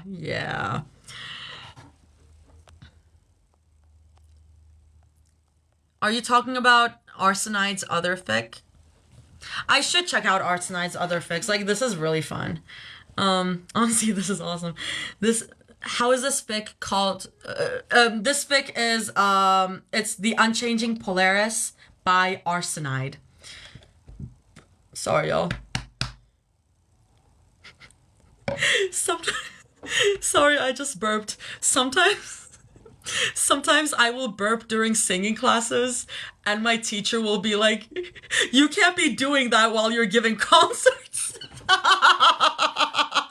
It's so funny. I can't help my diaphragm working. Lele wishes you a happy reading. Thank you, Lele. Okay, where did we leave it off? Who wishes you a happy reading? Thank you, Lele. Okay, where did we leave it off? Okay, we're right here. It was a compliment, Mira groans. She almost wants to hit her forehead against the steering wheel. I was complimenting you. Why don't people ever get that? Zoe is still giggling in between them, but Rumi isn't giggling with her like she had been before, so Mira glances at her in confusion. It was? Rumi asks. She had been before, so Mira glances at her in confusion. It was? Rumi asks. She sounds completely surprised. Well? Mira can practically taste the weird tension in the air. Going from reading an embarrassing fanfiction that didn't even portray her right to this almost gives her whiplash. What was Rumi even confused about? Well, yeah. Mira starts again, as casually as she can. Zoe narrows her eyes at her suspiciously, and she lets her eyes wander back to the road. I thought you knew that. No, Rumi murmurs. Even Zoe had ceased all her giggling to watch the two of them, eyebrow curiously raised. Mira stares at the road in front of her so hard that her eyeballs physically hurt. Rumi shakes her head and clears her throat, then finishes, No, I haven't thought about it in forever, but I thought you meant you didn't like me, I guess? Oh. Mira doesn't know what to say to that. She tries anyway. Well, I did, so... Guys. This is not enemies to lovers, but like kind of like, oh, I thought you didn't like me. I thought you didn't like me to lovers. Oh. I thought you didn't like me to lovers. Rumira is so peak. It's so good. It's so good. I'm like, oh. This is The Unchanging Polaris by Arsenide. I'm gonna go back to it. Maybe it was a good thing that she gave control of the music to Zoe. An upbeat rock song is playing in the background, lulling the odd silence between the three of them. She grips the steering wheel a little tighter, letting the rumble of the car underneath her hands ground her to where she is. Rumi looks out of the window again, pursing her lips in the same way she does when she's a little embarrassed.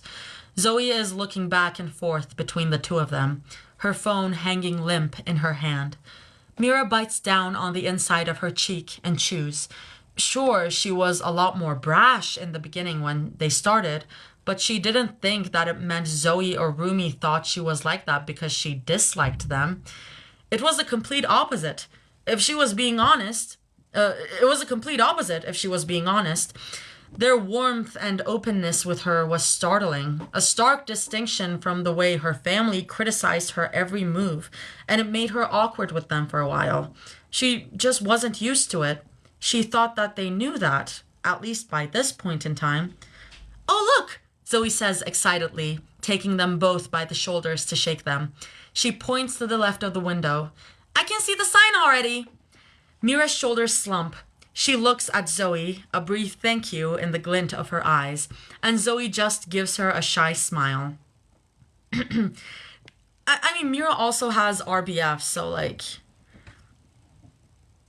But I love her. She deserves the world. She deserves everything. She's a softie inside. She's literally... They definitely don't dislike each other. They don't. They love each other so much. It wasn't said just as a distraction either. Mira can see the top of a giant neon sign, as well as the tracks of a baby blue roller coaster. We're almost there! We're almost here! Zoe squeals, shaking them both yet again. Rumi laughs, gently batting her away with a hand. Mira doesn't mind the shaking. She's quite used to it. She slows down as they near the parking lot. Rumi leans over to turn down the stereo to let her concentrate, and Zoe seems to be scanning the area for any potential parking spots. Thankfully, an open one isn't too hard to find, especially on a Tuesday morning. They get their day passes slapped onto their wrists near the entrance. Zoe hasn't stopped bouncing up and down, even as they stroll into the amusement park with their hats and hoodies. She has her elbows linked with both Rumi and Mira, and she's practically dragging them with her to wherever her heart desires. Neither Rumi nor Mira complain. You're so lucky that Bobby found a way to clear our schedules today, Mira says lightly, checking her phone for the time. They have about 6 hours to kill before they have to head home and finish up something in the studio. He's the best, isn't he? Zoe coos, still dragging them both by the elbows. It seems like she's on a mission. Gotcha, gotcha, gotcha! I want to make you guys get on the spinning teacups with me first as an appetizer. Rumi balks at her words, and Mira cackles in her face. What about the turtle plushie? Rumi asks, a clear excuse to steer away from the teacups. Mira throws her a lazy grin behind Zoe's back, and Rumi sticks out her tongue at her. Zoe, oblivious to what they're doing, simply says, what turtle plushie? Oh my god, shout out Lele. Shout out Lele again.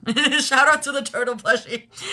Oh, the turtle plushie that you made us go all the way out here for? Wait, sorry. Zoe, Oblivious too. Sorry, that was Mira. My head is so... My mind. The turtle plushie that you made us go all the way out here for? Mira asks incredulously. Zoe is still giving her a blank look, so she reiterates.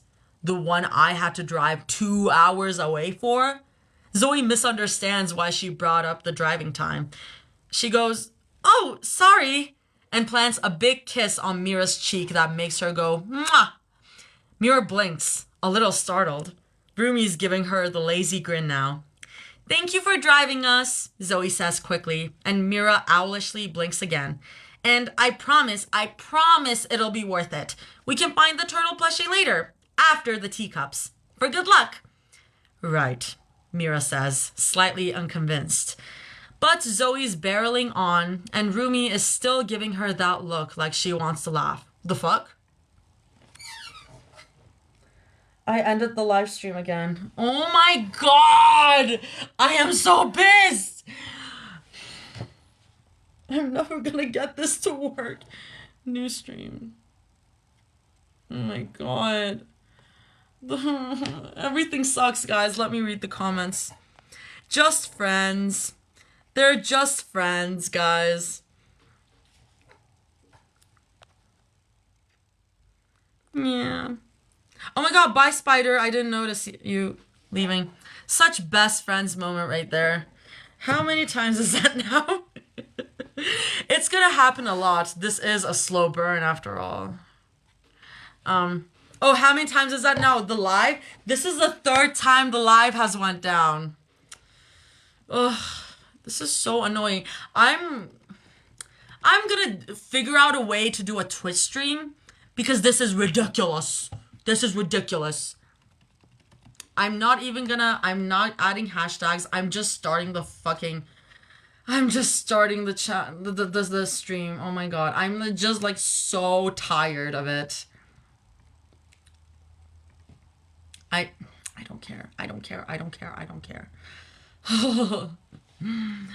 If you plan on going on Twitch, I can make a little ending card. Way! That's so dope. If I do go on Twitch, I need to figure out how to do the beginning and ending cards.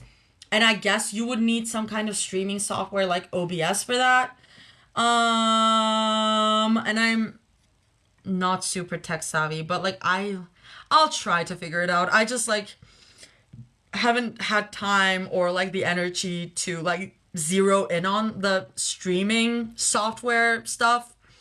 But I do need to update this, like if I'm gonna continue streaming. Like it started off as such a casual thing, so I haven't even like thought about that. Not you crashing out over a fictional event song. Wait, what?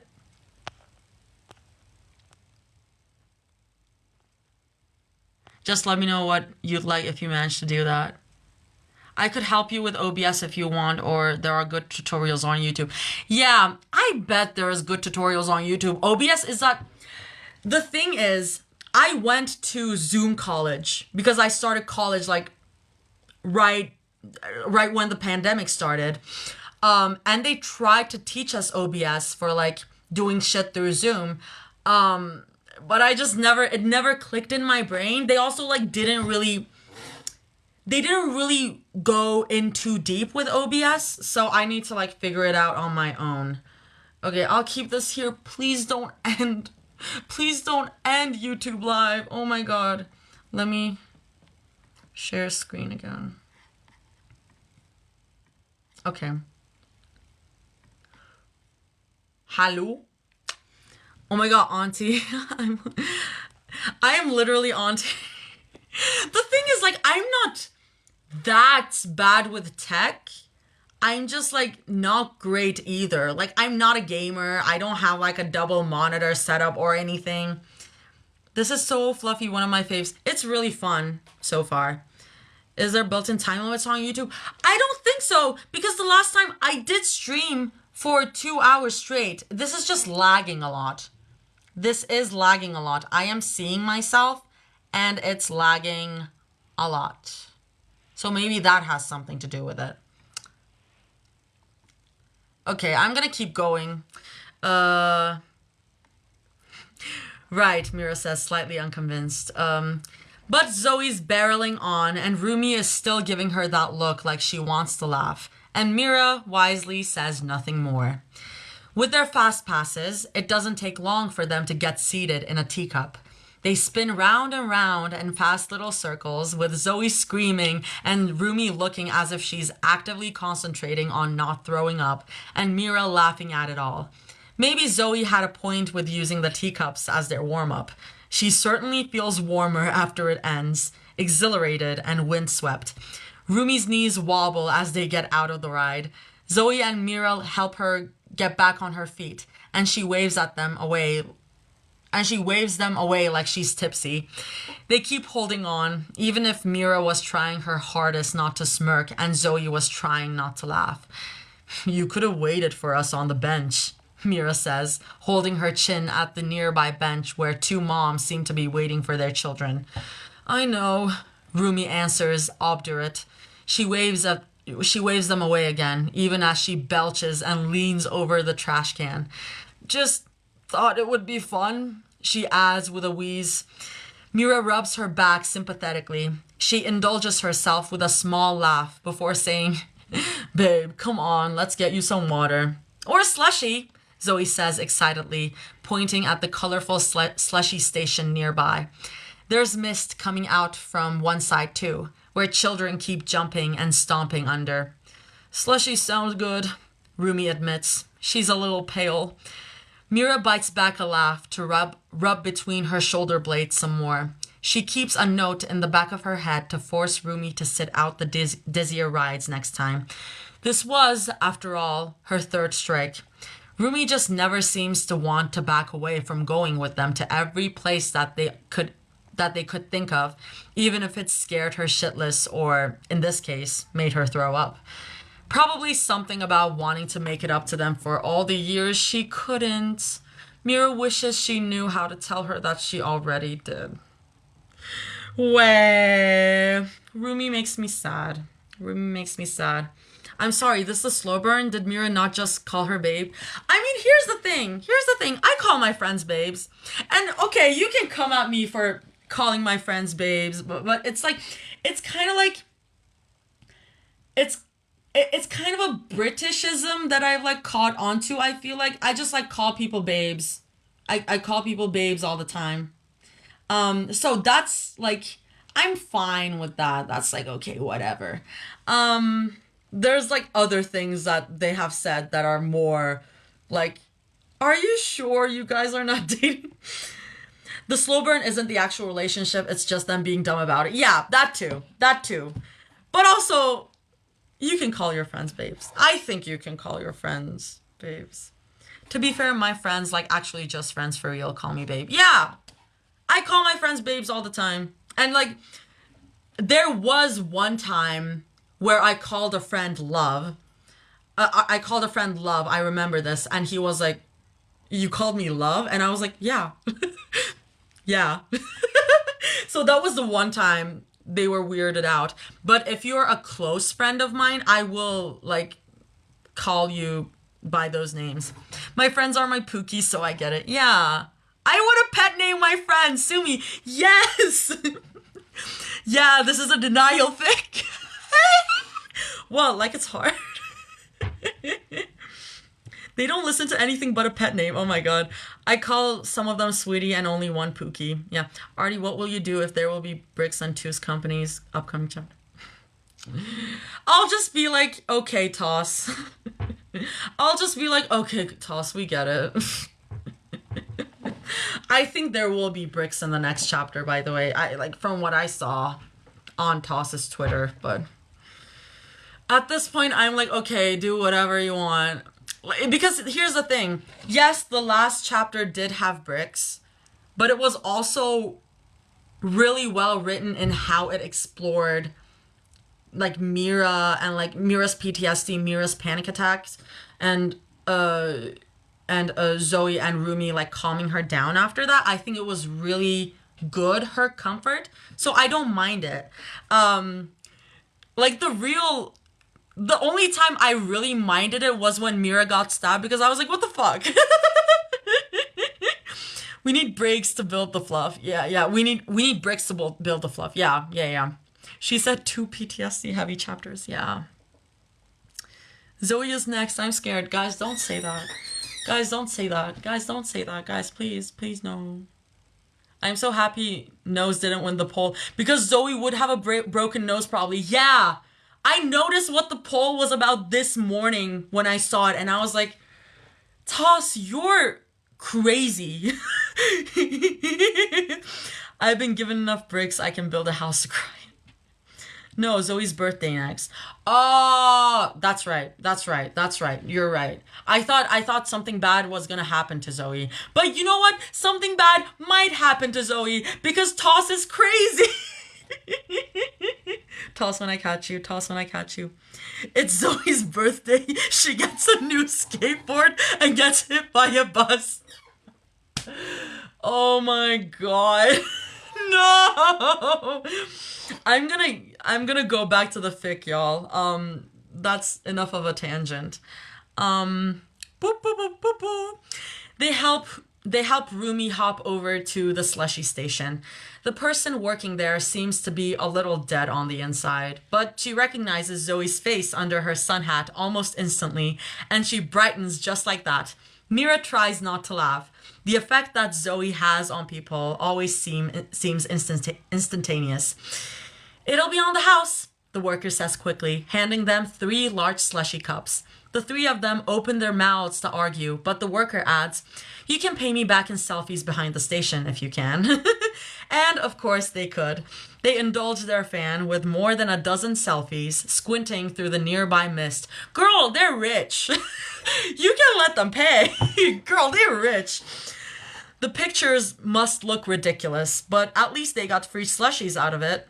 Mira fills her cup up to the brim with cherry. Rumi chooses grape. Zoe makes a Frankenstein out of her cup by combining all of the flavors. See, that's why I'm a Zoe rising. I do that. So you would think that I'm a Zoe, but I'm not. But I am a Zoe rising. Mira hands them both some straws. Zoe takes a sip of hers, lights up, then shoves the straw in Rumi's face before she even gets the chance to try her own. Try it, Zoe insists, wiggling her cup in front of Rumi's face. This tastes amazing. We should tell Bobby that we want this as a new Huntrix slushy flavor.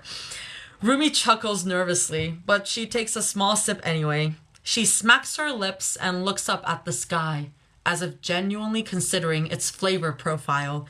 Then she looks at Zoe. There's a pleasant surprise written on her face.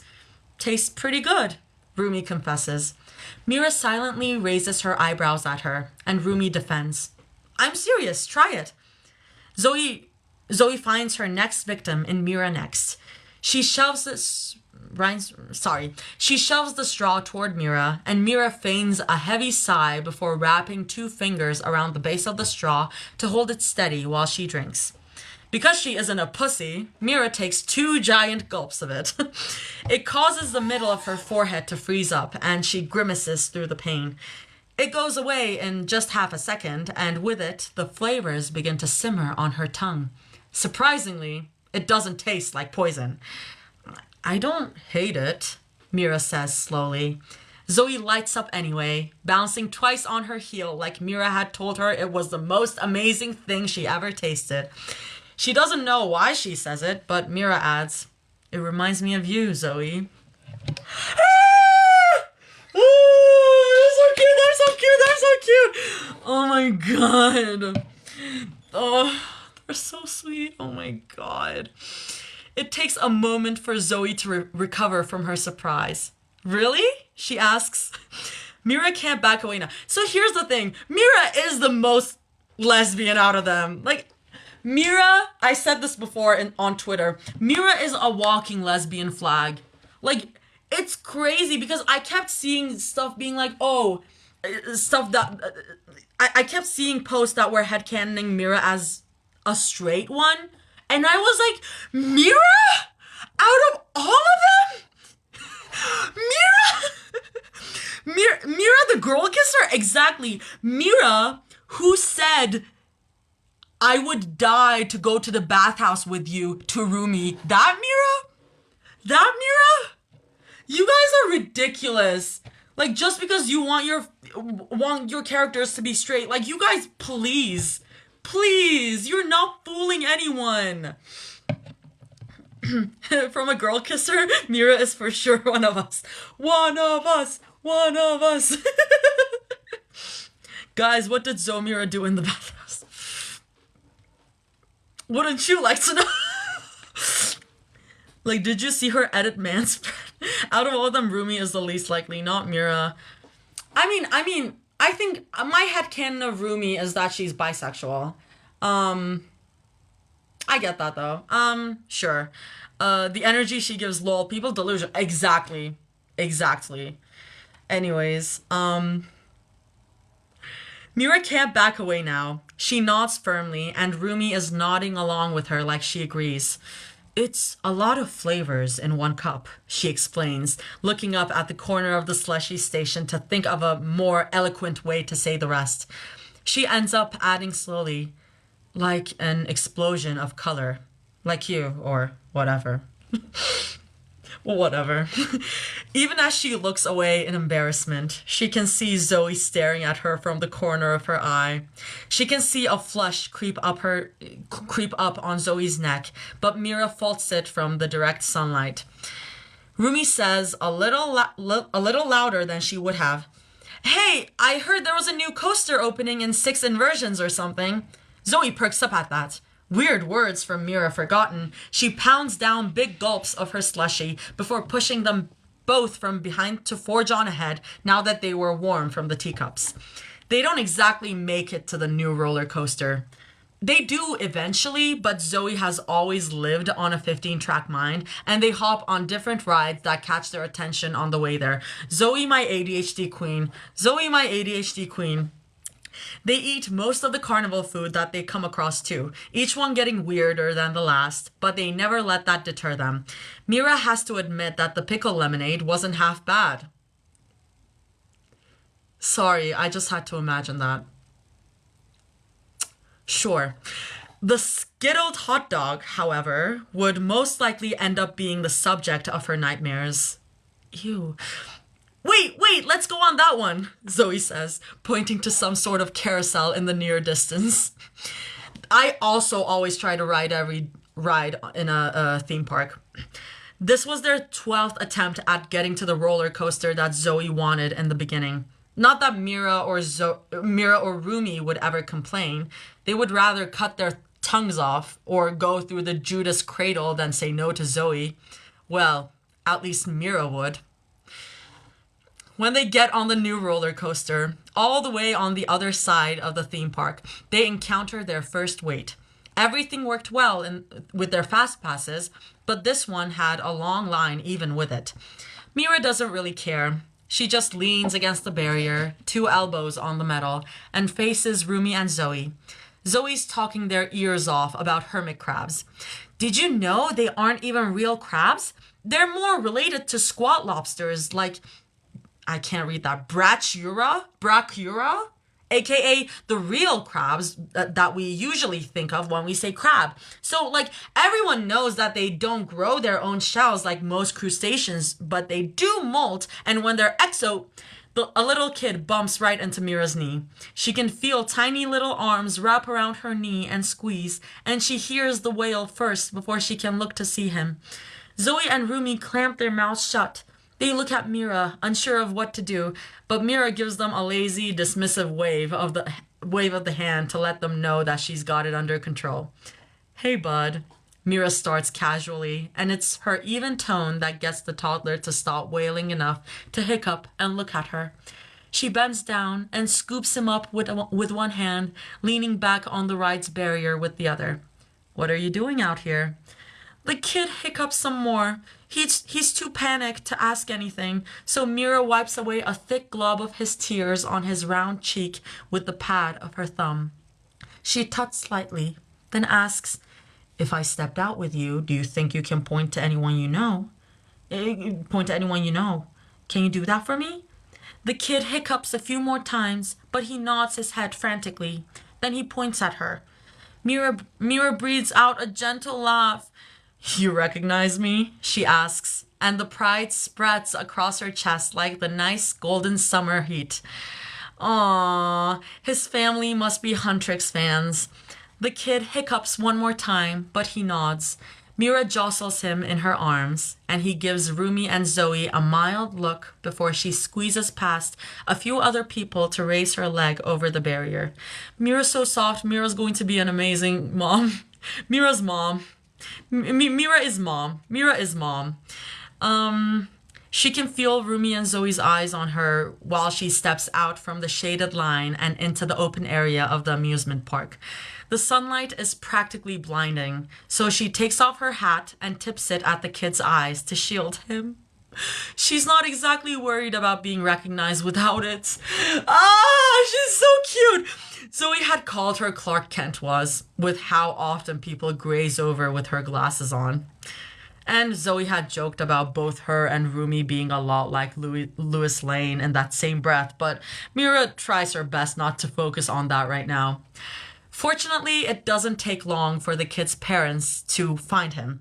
She spots them before he does, and it's hard not to when she can see two frantic adults going up to everyone in sight and waving their hands around like a maniac. The kid points at them and declares, Oma! Appa!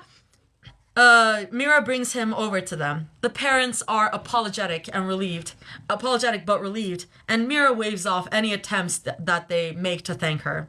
They scoop up their child from her arms, kissing him on the forehead. Mira waves goodbye at the family with a small smile. Hi, Cyrus. I just saw you in the YouTube. Hi. Mira waves goodbye at the family with a small smile. The kid is whining and pulling at their sleeves, babbling something about them needing to look at her, but the parents are too busy lecturing him to notice. She tries not to snicker about it. Too much, at least. She makes her way back over to the line. Zoe and Rumi are a little further ahead than where they used to be, but they wave at her when they see her.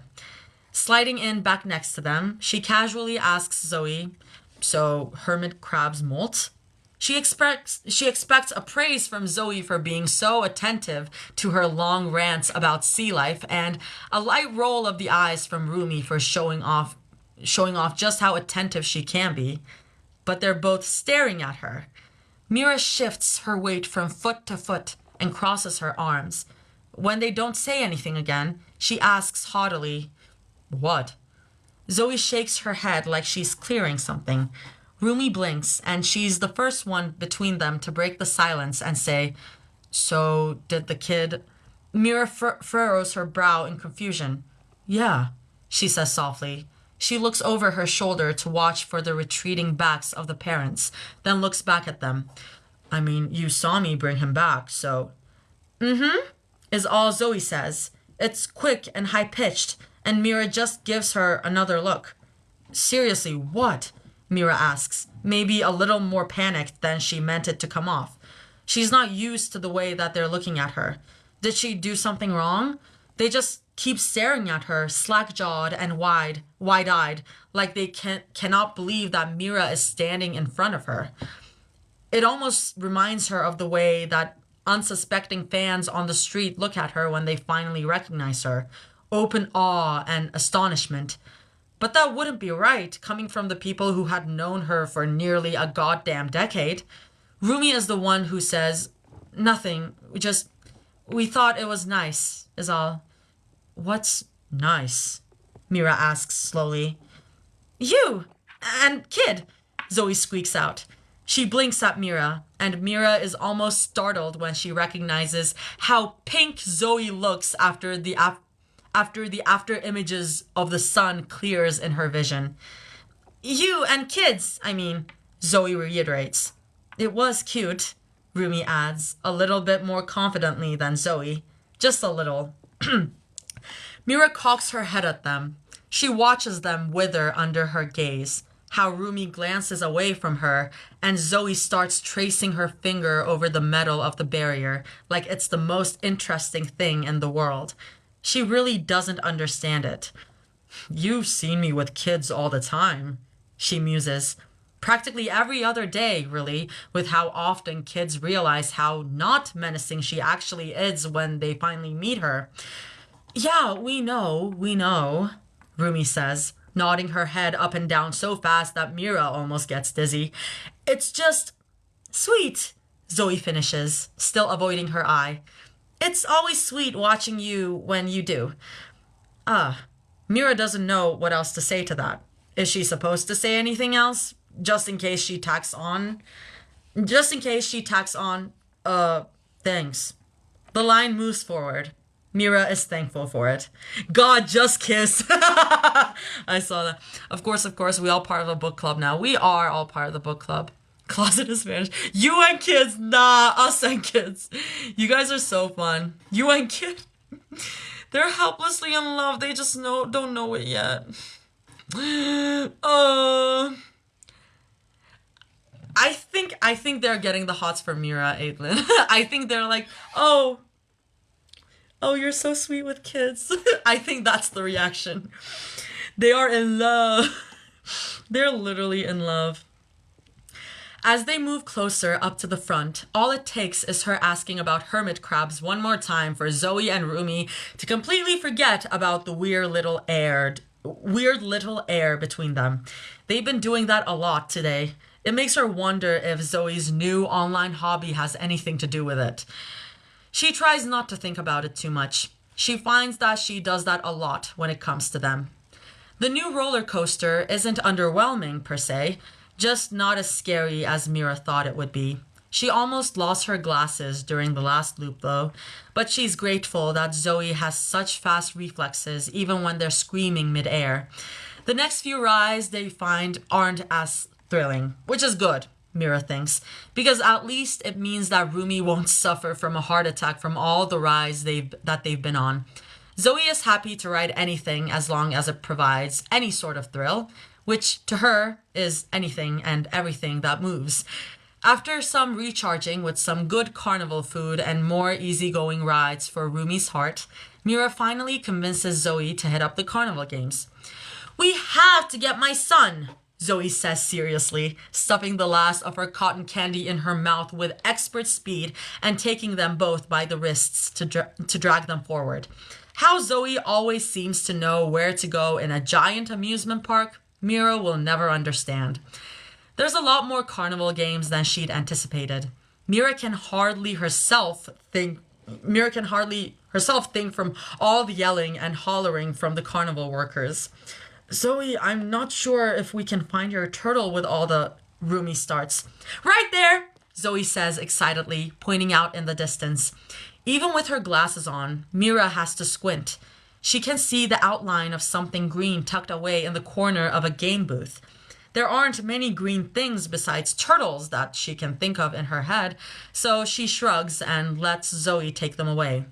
"Step right up," the carnival worker hollers, even as they stand directly in front of him.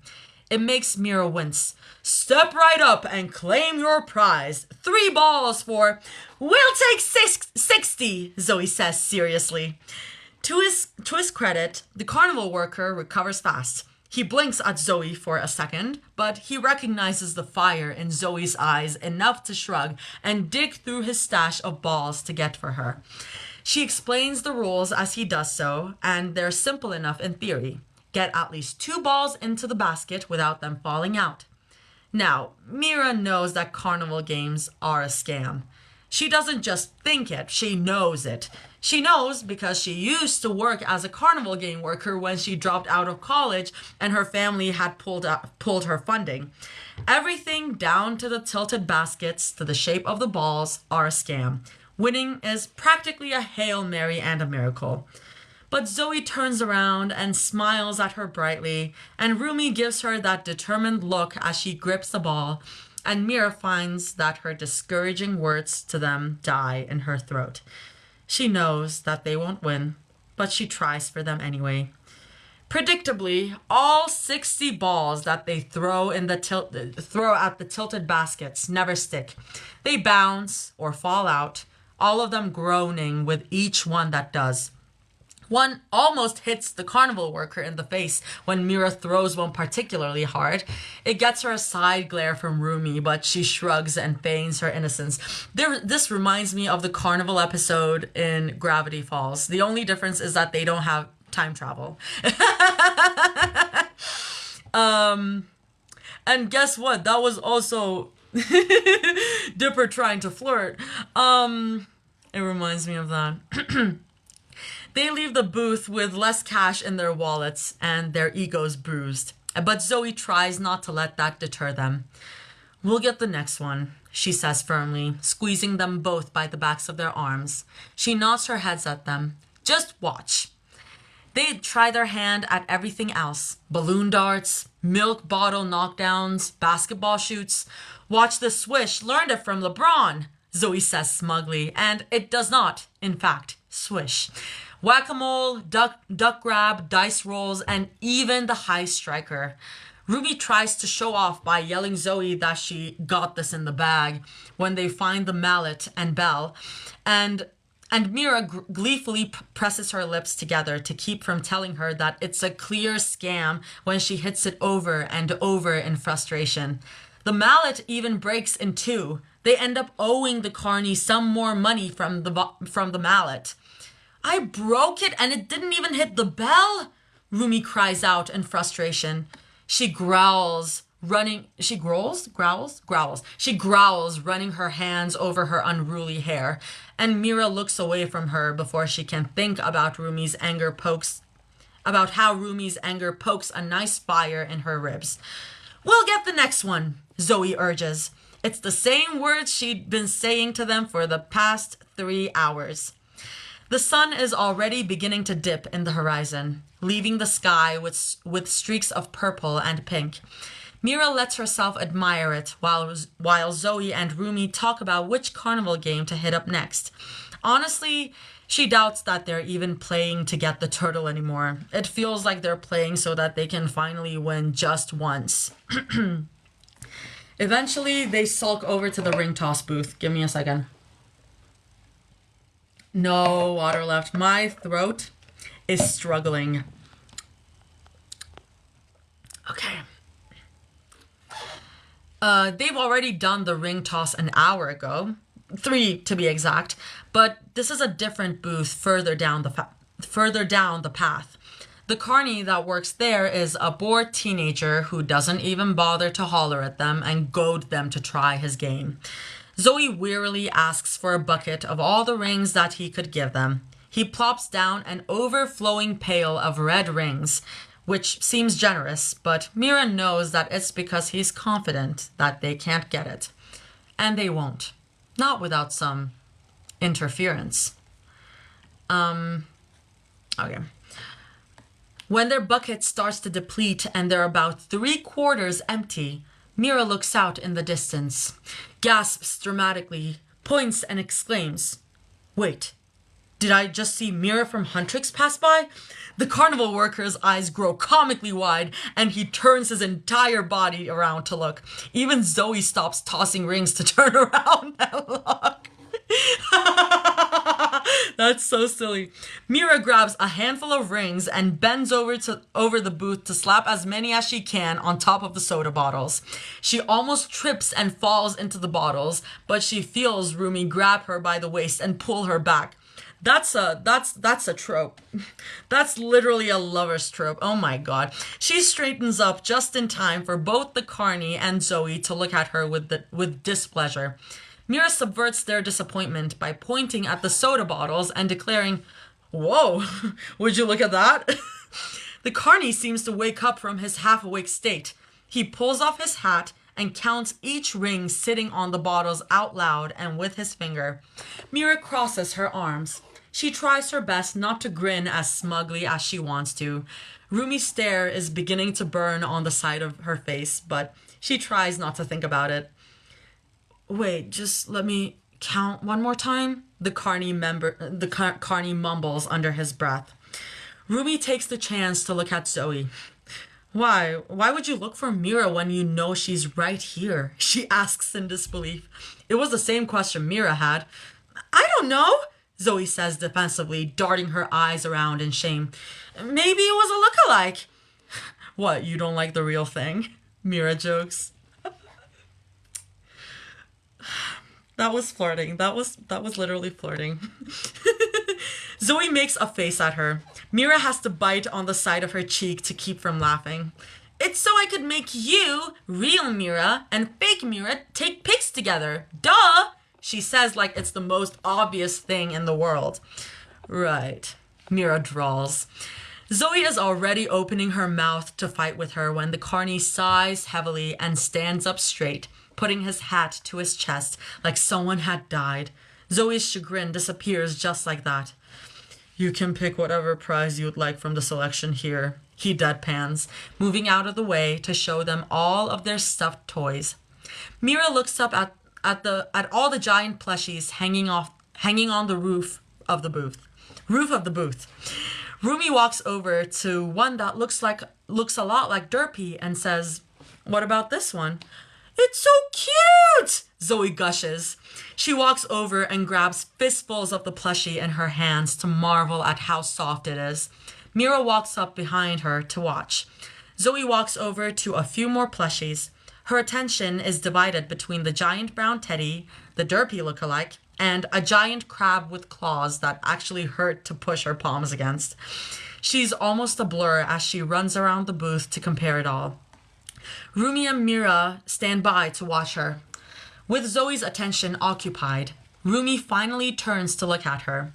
Her arms are crossed, just like Mira, but she has that serious look on her face that clashes against Mira's happy half-smile.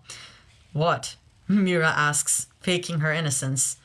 "You cheated," Rumi states. Mira glances at Zoe to make sure she's not listening. She's not, if her squeals of joy while the worker follows her around like a tired dog has anything to say about it. She looks back at Rumi and takes a step closer to her, then lowers her voice. "It was either cheat or go home with a sad Zoe," she says with a shrug. "Which one do you prefer?" It doesn't take long for Rumi to see her point. She opens and closes her mouth to find some sort of flaw in her logic, but she doesn't find any and she grumbles under her breath. Mira laughs next to her. The jab against her rib isn't as bruising as it should have been. After nearly 20 minutes of hemming and hawing, Zoe finally picks out her prize. A tiny, sad-looking turtle plushie and 2 tinier jellyfishes that she bargained with the worker for. "I found it hiding under all the big plushies," Zoe declares happily, showing off her reward to them. "Can you believe it? We got my son!" Mira tries to unravel that in her mind. "That's the plushie that you were going after the entire time?" It was small and a little ugly, if she was being honest. She was envisioning a giant turtle plushie that could rival Derpy, or at least one that wasn't ugly. Zoe bobs her head up and down with that bubbly smile on her face. "Here," Zoe says happily, and she hands the two of them one jellyfish each. She points at each one as she explains. "I got this one for you because it has your smile, and I got this one because it has your hair." Mira and Rumi put their jellyfish side by side to compare. "Huh?" Mira says. "I kinda see the resemblance," Rumi admits. A smile slowly creeps up on her face, and Mira is already groaning as she shyly adds, And it definitely does have Mira's. "Hey, no fighting in front of my kid," Zoe reprimands. She lightly hits Rumi over the head with her turtle plushie, but with enough force that Rumi has to whine and bat her away. With Zoe happy and satiated, they go on a small adventure to find a spot to rest from their jam-packed day. They find an empty table with an umbrella attached to it, and they groan as they slide themselves into the seat and fall against the probably dirty table with barely a care in the world. "Oh my God, I miss our couch," Mira whines. "I miss its comfiness, its comfort," Zoe groans, petting the table like she was imagining the softness underneath it. To make them feel better, Rumi volunteers to buy them some lemonade and a funnel cake from a nearby food truck. They're quick to agree, and Rumi softly snorts under her breath before asking them to watch her bag and slithering away. Zoe is back on her phone. Her cheek is pressed against the turtle buddy on the table, but her eyes are glued directly on the screen in front of her. Under the shade of the umbrella, Mira can make out the white glow of her current app. It doesn't take her long to guess which one it is. "Are you looking through the ship tags again?" Mira asks, trying her best to keep her voice neutral. Zoe's hackles raise and she defends. "What? No! I was... Yeah." She deflates and Mira chuckles at Zoe's puffed out cheeks. "You shouldn't be looking at that stuff all the time," she says lightly. She didn't mean to lecture her, but she wanted to get it out of the way. Mira traces a wood pattern on the table with her fingertip. "It might affect you." She didn't even know what she meant by that. It just slipped out of her mouth without meaning to. Zoe doesn't seem to pay much heed to it anyway. She hums in acknowledgement at Mira's words, then glances at her from the corner of her eyes. Slowly, Zoe gets up from her relaxed position against the table to extend her arm over to Mira. She tilts her phone over at her, and she says, I was going to check our ship tag, but I just noticed what other ship's been trending all day." Rumi comes back with a greeting and a plate full of funnel cake and lemonade. Mira and Zoe are quick to thank her, and Mira sucks up some lemonade through her straw as greedily as she can while she reads through the trending list on Zoe's phone. And then she promptly chokes on her lemonade. She almost spits lemonade everywhere on the table as she sputters. "Why, is that me and..." "Yep," Zoe says proudly, the mischief glinting in her eye. She's grinning at Mira like she was expecting the reaction. "What's trending?" Rumi asks curiously. Zoe moves the phone away from Mira before she can swipe it away and lends it to Rumi. Rumi bites down on her straw to choke down her laughter. She looks up at Mira, roguish mirth written in her smile. "I never even liked them," Mira cries. She pounds the sides of her fist onto the table with her frustration, and she sinks against the wood with a loud, unceremonious groan. Rumi snickers under her breath, then recites, "Maybe Abby and Romance chose not to be in the spotlight anymore because they realized they were taking too much attention away from their girlfriend, so they stepped back to let her shine and..." "Dude," Mira deadpans, but her eyes are wide with rage. "Dude!" Zoe is laughing so hard that she almost falls off the bench. Rumi has to set down her phone to giggle, but she sips heavily at her lemonade when she catches Mira's glare. Mira grouses, "I don't need any man to let me be in the spotlight. Hell, I don't need two men. What the fuck?" Rumi and Zoe are still giggling at the fierce face she's making at them. Mira squeezes her lemonade so hard that she nearly lets it spill over her hand. To calm herself down, she stuffs her face with some of the funnel cake. It helps enough. "Why is it even trending?" Rumi finally asks, incredulity coloring her tone. Mira sighs in relief at the question. Finally, someone with common sense on her side. Zoe shrugs. She picks up her phone and scrolls through it with her index finger. After a while, she answers, "Well, #Polytrix was gaining more traction, so Miromabby fans kept saying that they were the better ship, and then they were spreading that old fan cam for proof, and then I don't even want to know the rest," Mira grunts. Zoe obliges her, but not without a small giggle. Mira groans as she presses her cheek back against the table, and Rumi pats her back encouragingly. She closes her eyes. She has a brief thought of staying there for the rest of the day until all of that goes away on its own. Mira grumbles, "If people want to ship me with someone, they could have at least picked better people." It's just a thought that comes to her mind. Something to fill the silence between the three of them as the park chatters and screams away. But then Zoe asks curiously, "Like who?" And Rumi gives her that curious, curious look. And the answer comes so quickly to Mira's mind that it physically startles her. You, Rumi, Rumi and you and Rumi, duh. Like, yeah. Duh. She gets up so fast from the bench that she surprises both Rumi and Mira. Mira clears her throat and adjusts her glasses on her face. She turns on her shoulder so that she doesn't have to look straight at them as she says, "Hey, Rumi, you want to get on the Ferris wheel before we left, right?" "Yeah, why?" Rumi asks, eyeing her suspiciously. She's already slowly getting up from the bench, though, and so is Zoe.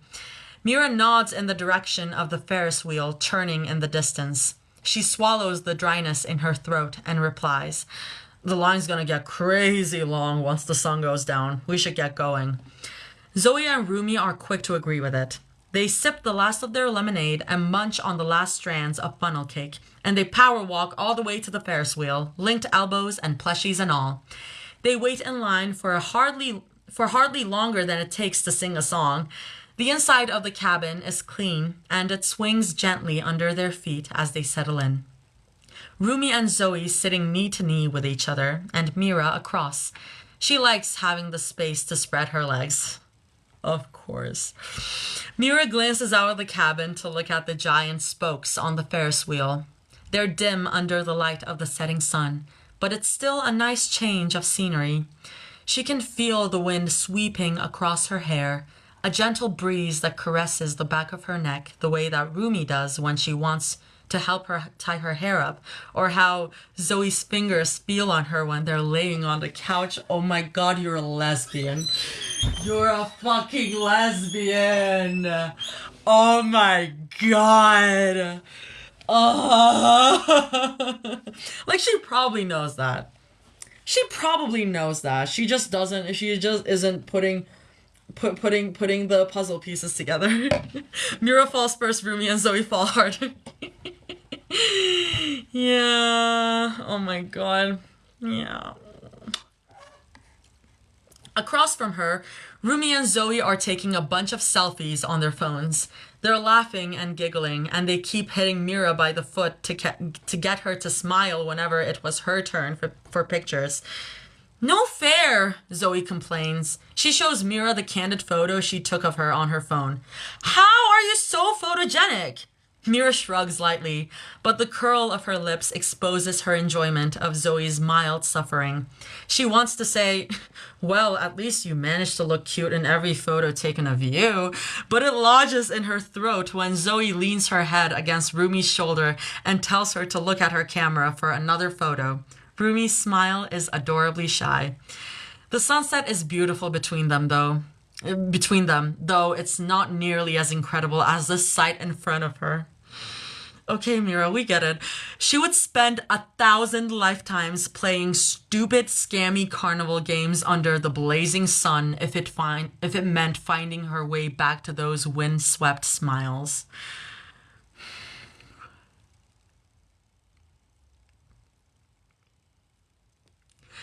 "Mira," Rumi says, and it breaks her out of her trance. Mira makes a small noise in the back of her throat to let her know she's listening. Rumi quietly hands her her phone with an apologetic smile. "Can you take a picture of me and Zoe?" she asks, somehow shyly, even after all these years. "Bobby asked me for one." She has, and not of the three of us? Oh, she has, and not the three of us, on the tip of her tongue. It burns her throat like liquor. Ooh, jealous Mira, jealous Mira. But then Zoe smiles that bright smile at her, holds close against Rumi's arm, and she explains, "The lighting looks great behind me and Rumi. We want to take picture with you next." Just after Rumi stops gripping the edge of her seat. Rumi's grip loosens on her seat, then tightens again when their cabin sways slightly in the breeze. "I'll get there," Rumi says weakly. It makes Mira laugh. She's almost ashamed of how easily the relief climbs to her chest. With her words stuffed silently in her mouth. Mira pulls up Rumi's camera app to snap a couple angles of them. She directs them in a few photos to make sure that they take the nicest ones. She even takes a couple of close-ups of each of her girls. It's not like she couldn't. Zoe was right about the lighting, and she wanted to make sure that they knew it. She looks at the photos of them in Rumi's camera roll, and she thinks, this looks like a nice wallpaper to use. So when she hands Rumi's phone back, she also asks, "Can you send those to me?" The look that Rumi gives her is partially amused, but mostly fond, like she already knows Mira wants them for. "Sure," she just says, and smiles in a way that makes Mira's heart do a little dance. They fall into a nice rhythm after that. The swaying of the cabin almost puts her to sleep, and Mira lets her eyelids slide closed to enjoy the feel of it. She can hear Zoe and Rumi talking about what to name their new plush toys. She chimes in here and there with ideas of her own, even as her words drawl as exhaustion takes her. Then Zoe says, "You know, being on a Ferris wheel is pretty romantic." "You don't say." "Yeah," Mira goads. "What if we all took turns taking pictures of us pretending to kiss them, posted just for the love of the game?" Zoe, you're gonna kill me. Zoe, you're gonna kill me. Zoe, you're gonna kill me. Oh my god, she has to be freaky, even if it's not like freaky in that way. She has to be a little freak. It makes Mira breathe out a laugh. Rumi's laughing just as much next to Zoe, who's laughing just like they are. Mira doesn't comment on how odd this particular laughter feels against her ribs. She can feel them beginning to descend. Zoe and Rumi are back to talking about plush toys, as well as what to wear tomorrow for their day out at the mall. Mira is watching the sunset and trying hard not to think about the fact that she would have done it. Just for fun. Just because Zoe asked. Nothing else. I'm rolling my eyes. Like, press X to doubt. Maybe this whole shipping war was playing tricks on their minds, she thinks. Biological warfare or something like that. And that's the end of the chapter. Notes: Mira is good with kids. Zorumi. Oh my god. I get it now. Also, here's some yummy art from Windglass Bluebird for this chapter. It was with baby daddy Mira. Wait. Gonna look at the art. Again, just friends. After live, I will read all of it. It's really fun. It's going really fun. I'm gonna stop here, but I'm gonna take a look at. Oh my god, guys, this fan art. Oh my god. Flip camera. Guys. She is the love of my life. Oh my god. That's so sweet. Oh my god. Oh.